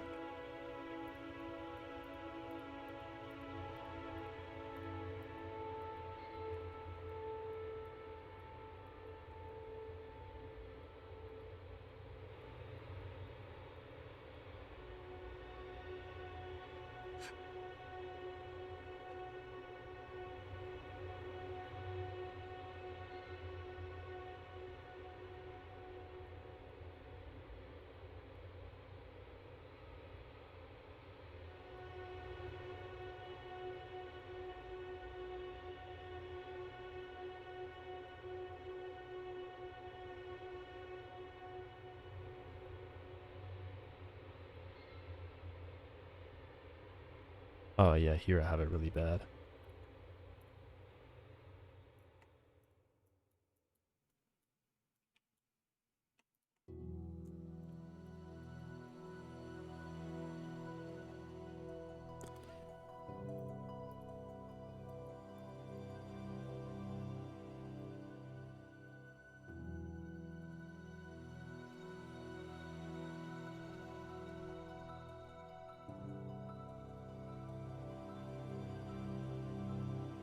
You're back. Welcome back.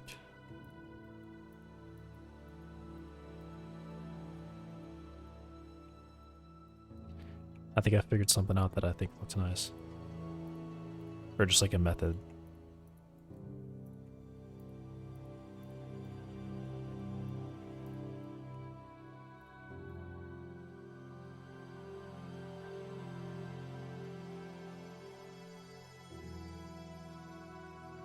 I don't feel like the challenge is going to be getting it to blend into the lake nicely. And then there's still some of these spots that just look really bad.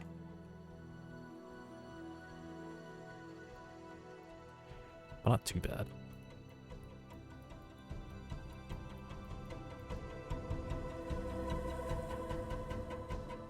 Godot, a great engine.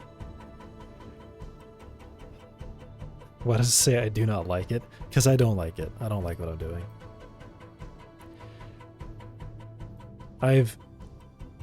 Because I don't know what I'm doing, and that's what I don't like. I don't like that I don't know what I'm doing. I have no, like, fundamentals. I have no process. Although I guess I'm coming up with one now that I'm actually liking.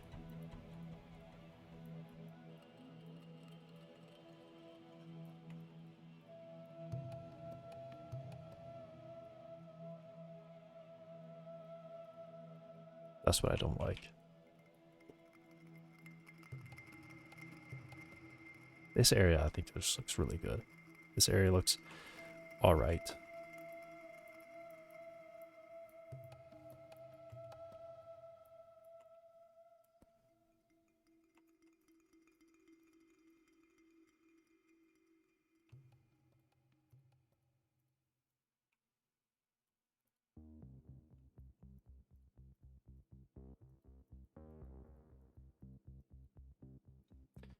I'm gonna figure out what you're doing is by messing around. Yeah, that's what I've been doing. That has been my plan. Screw it until something happens.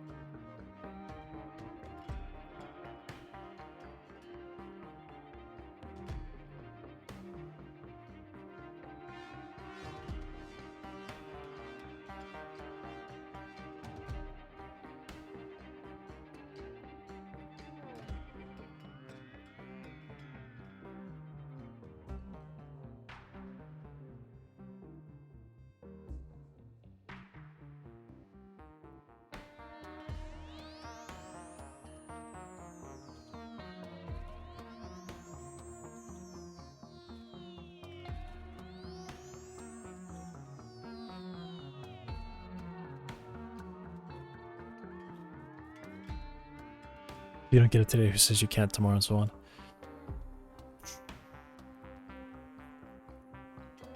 This is definitely the most success I've had with this terrain. And I'm literally just using this smoke thing. This area just sucks so much though.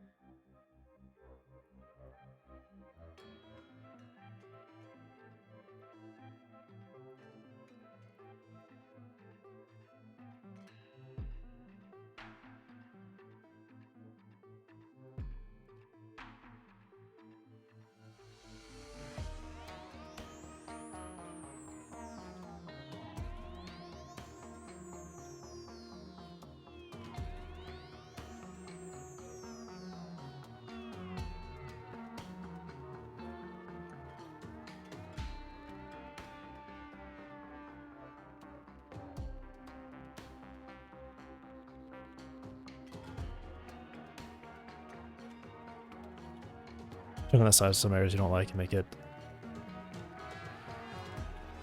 Well, it's I'm going for the largest structures first.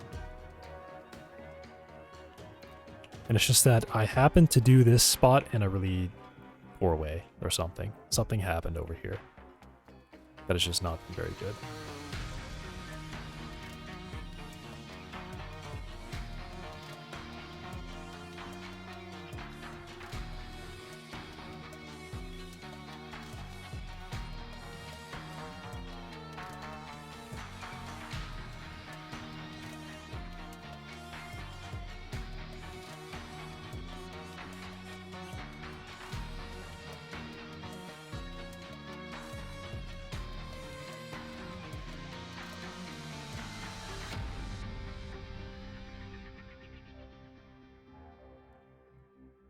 And I could go ahead and start going. I could start going into the. Oh, this has got to be fixed.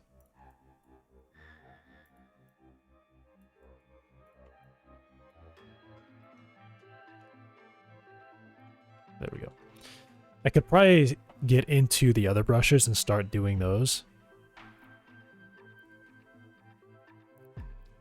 Because those are going to add a lot of small detail, but I mean, I need like the land mass to look good before I do that, I think.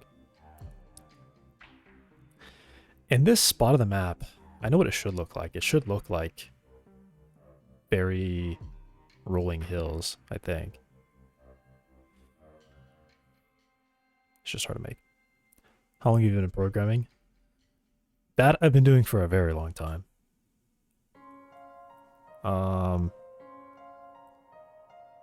Like as a... Pretty much when I started programming, I really liked it. And I have done it a lot. I can't say like daily, but nearly daily. I'm trying to think, like 26. I guess I could say like at least 10 years. I've been really been doing it.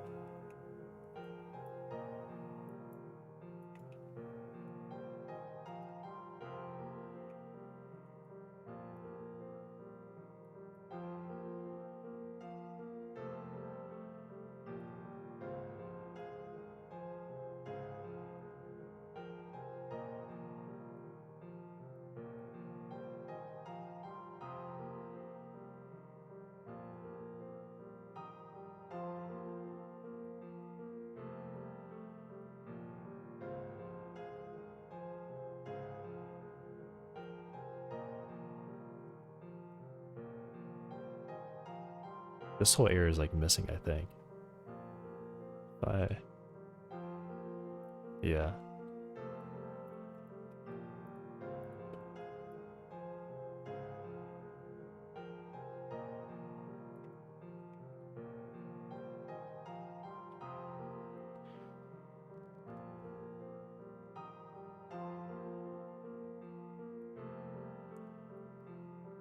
I would say I am very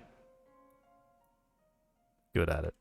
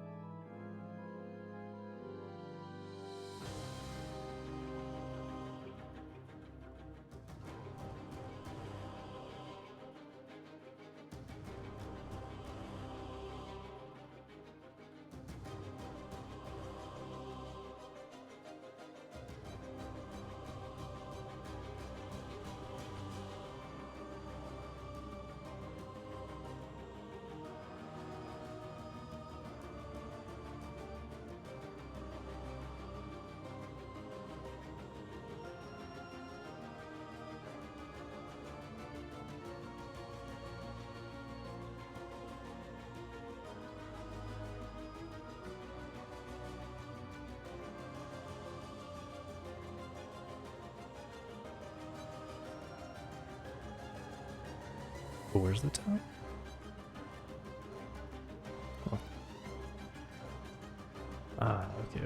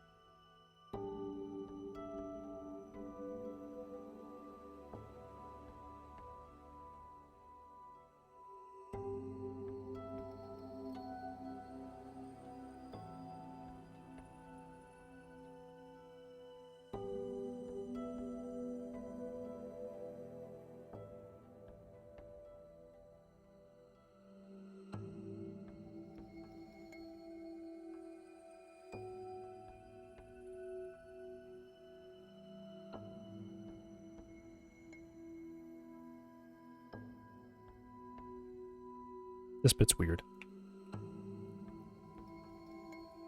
That part's weird. I don't know if that looks right.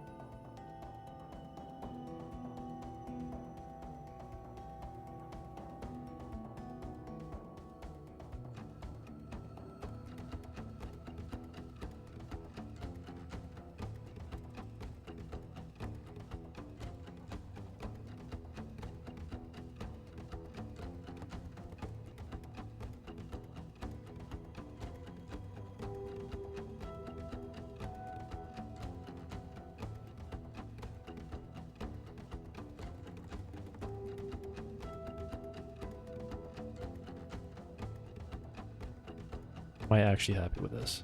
With how it's looking so far? Maybe.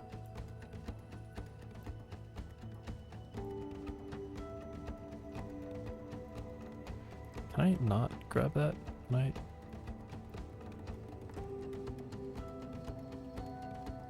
I don't know why the slider is like not picking it the way that it should be ticking. Why? Let's look at this one. I click here and it's like moving by that small percentage, and I click here and it's moving by... I mean, I guess it's actually the same amount, isn't it? No, like this is so much less. Maybe it's actually the same amount. Shift more for more precise changes.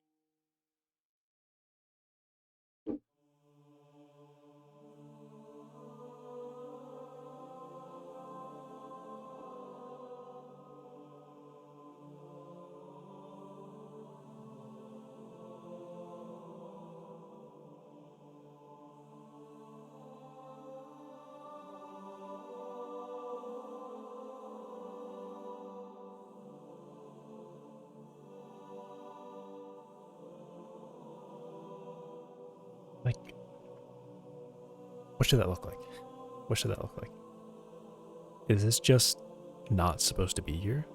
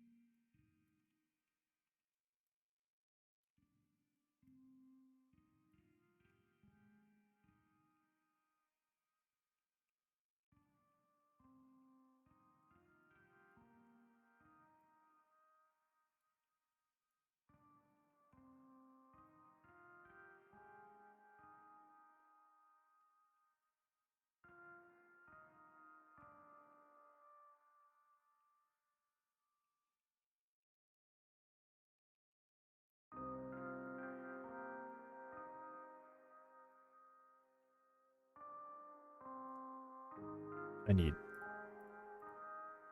the light.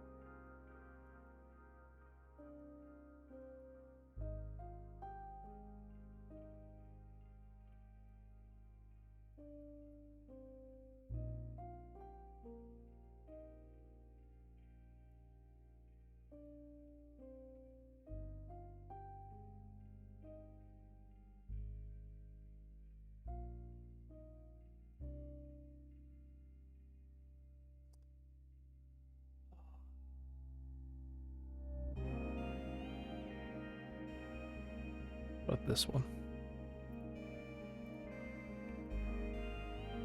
Wait a second, gamma 2? Hang on a second. Hang on a second, how long have I had that?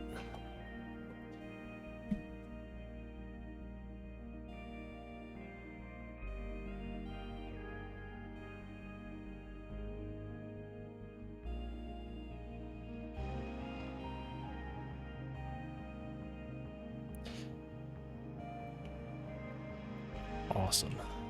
Yeah, see that. Okay, so. Okay. Undo that. That's immediately a problem. I'll just go back to smoke and just put on 1.5, I guess.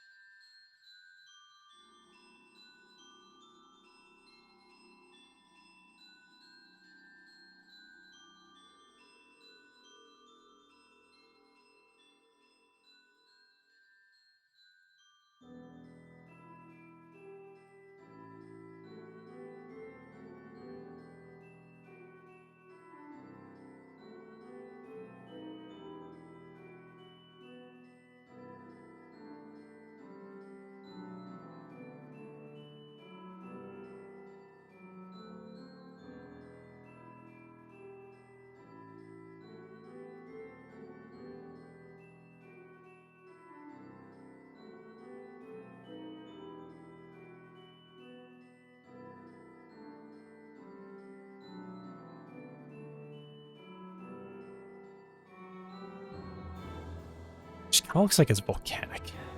Like that's what keeps happening, and I can't make it go away. I don't want volcanic.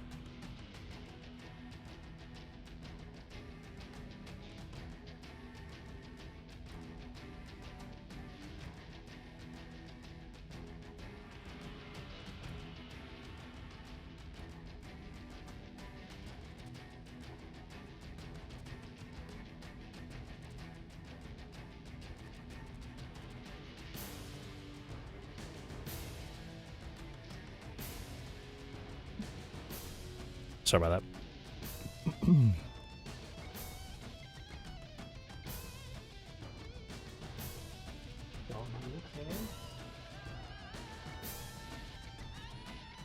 What are you doing?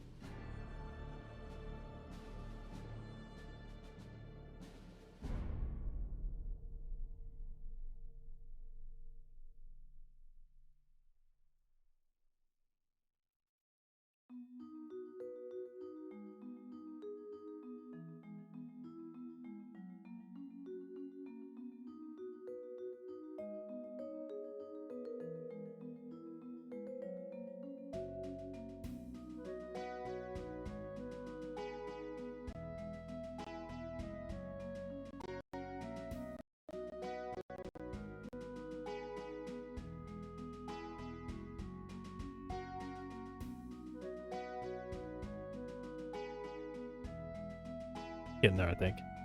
Alright, well, I've actually got food, so I'm gonna eat for a bit.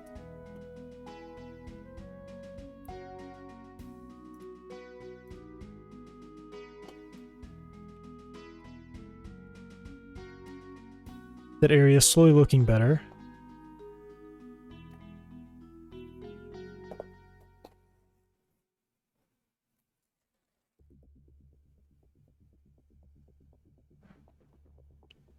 Yeah.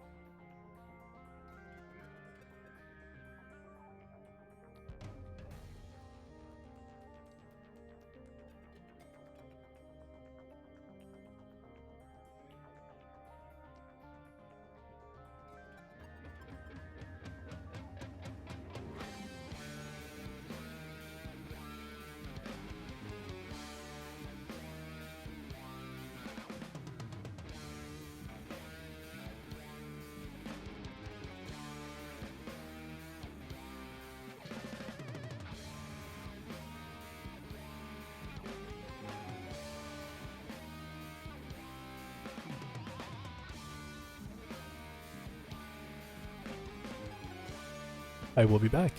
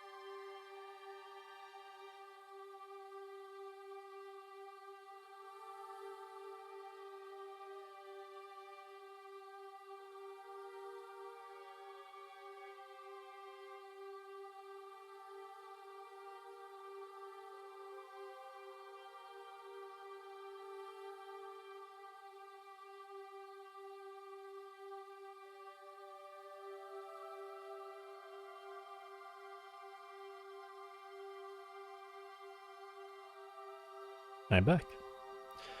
Something really blurry. Something I just realized I should do is look at what it looks like before and now. So from this perspective, whoa. What?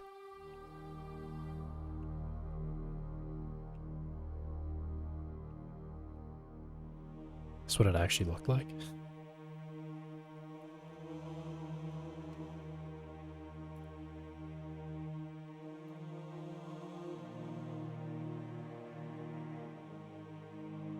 Oh, where'd the trees go?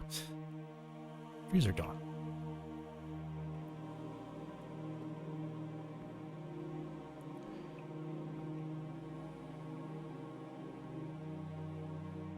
Wow. All right. So from this perspective, now, and there's the trees. Okay. Did I?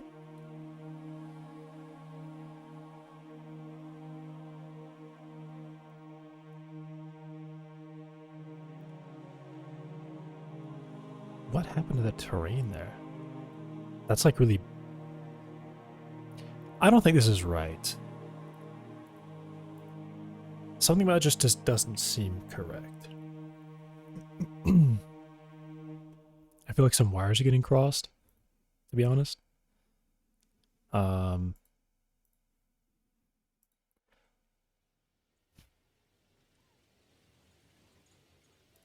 Odd.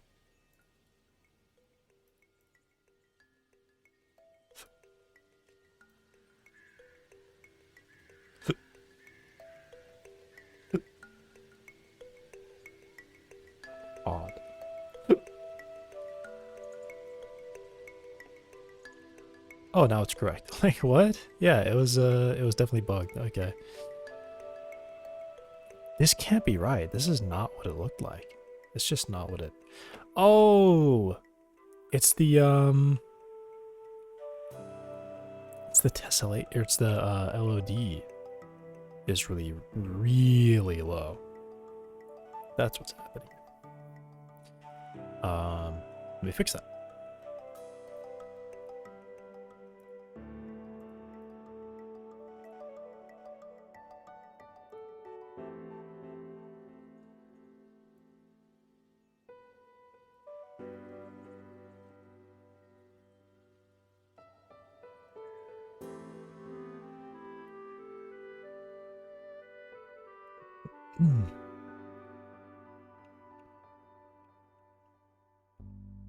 And this is what it looked like.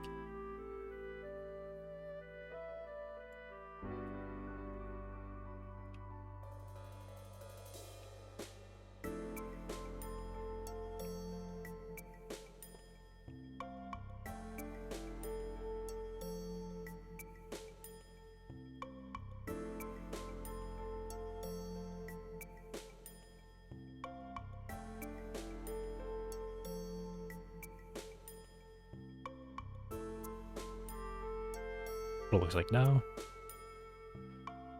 That is very different. That might be too high. Really?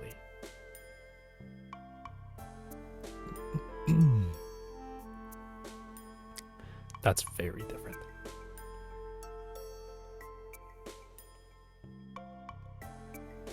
That part's not even... I don't care about that part yet.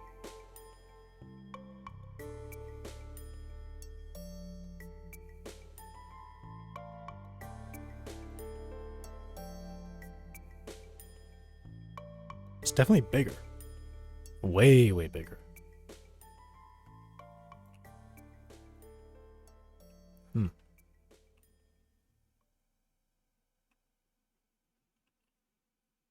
The scale is probably better as well. Probably is just a better scale.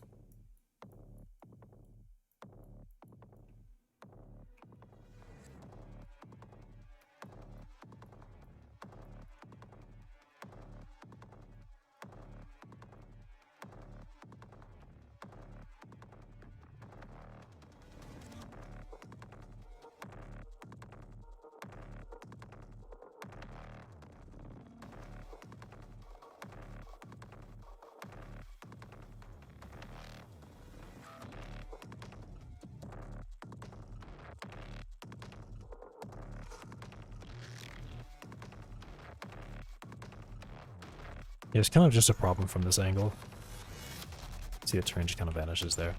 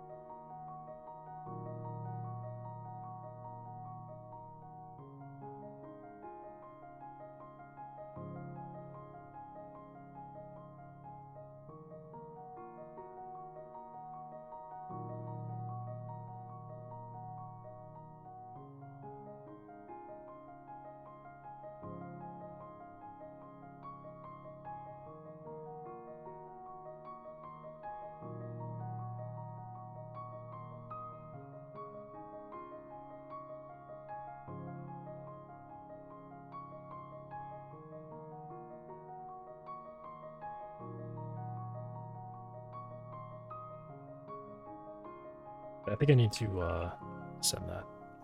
That's not what I've got so far.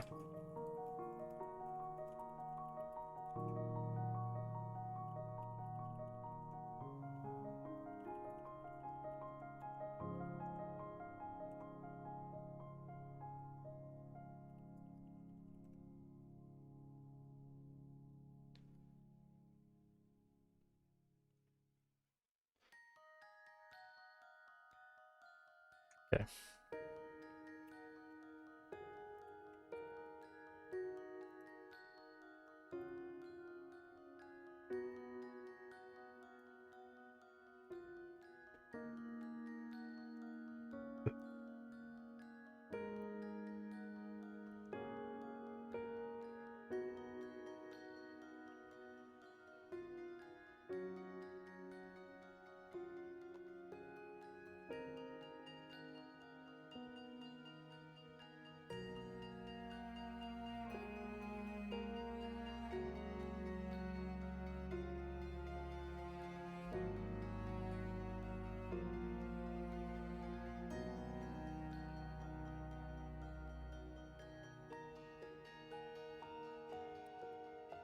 It always wants,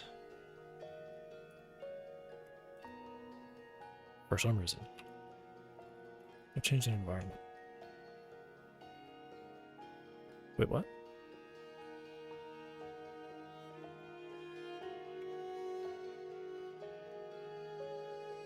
Oh, oh yeah, yeah. Fog, right.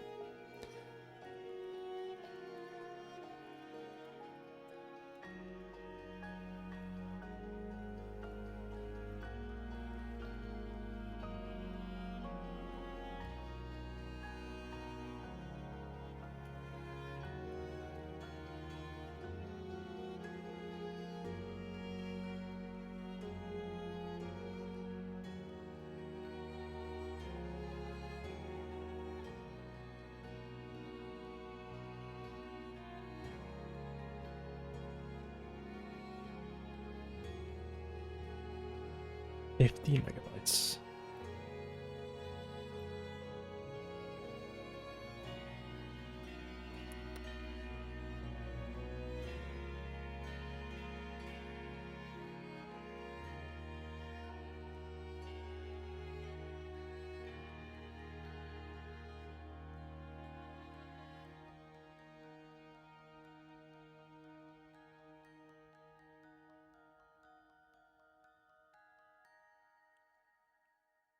Oh man, I just want to take a break.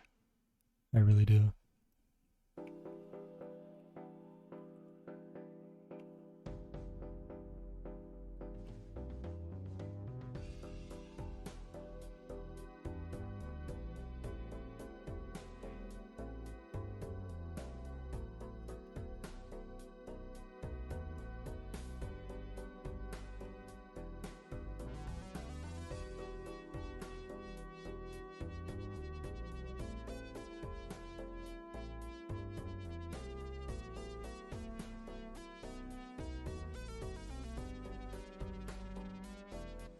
All right.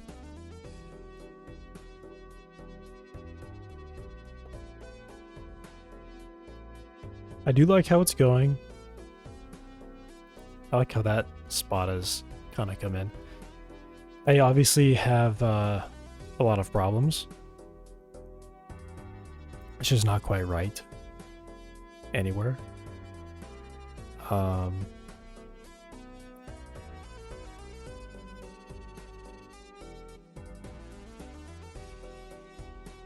But I think this is better.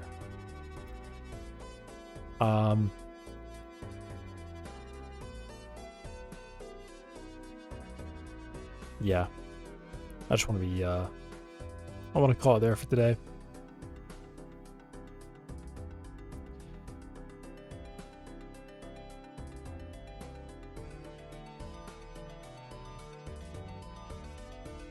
I think it's just so close. It's really close.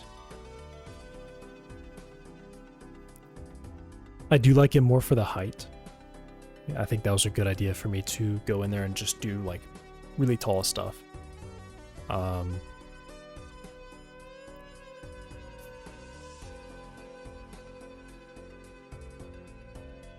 yeah, I'm just done. I'm just done for now. So, thanks for watching. I'll be back tomorrow. Goodbye.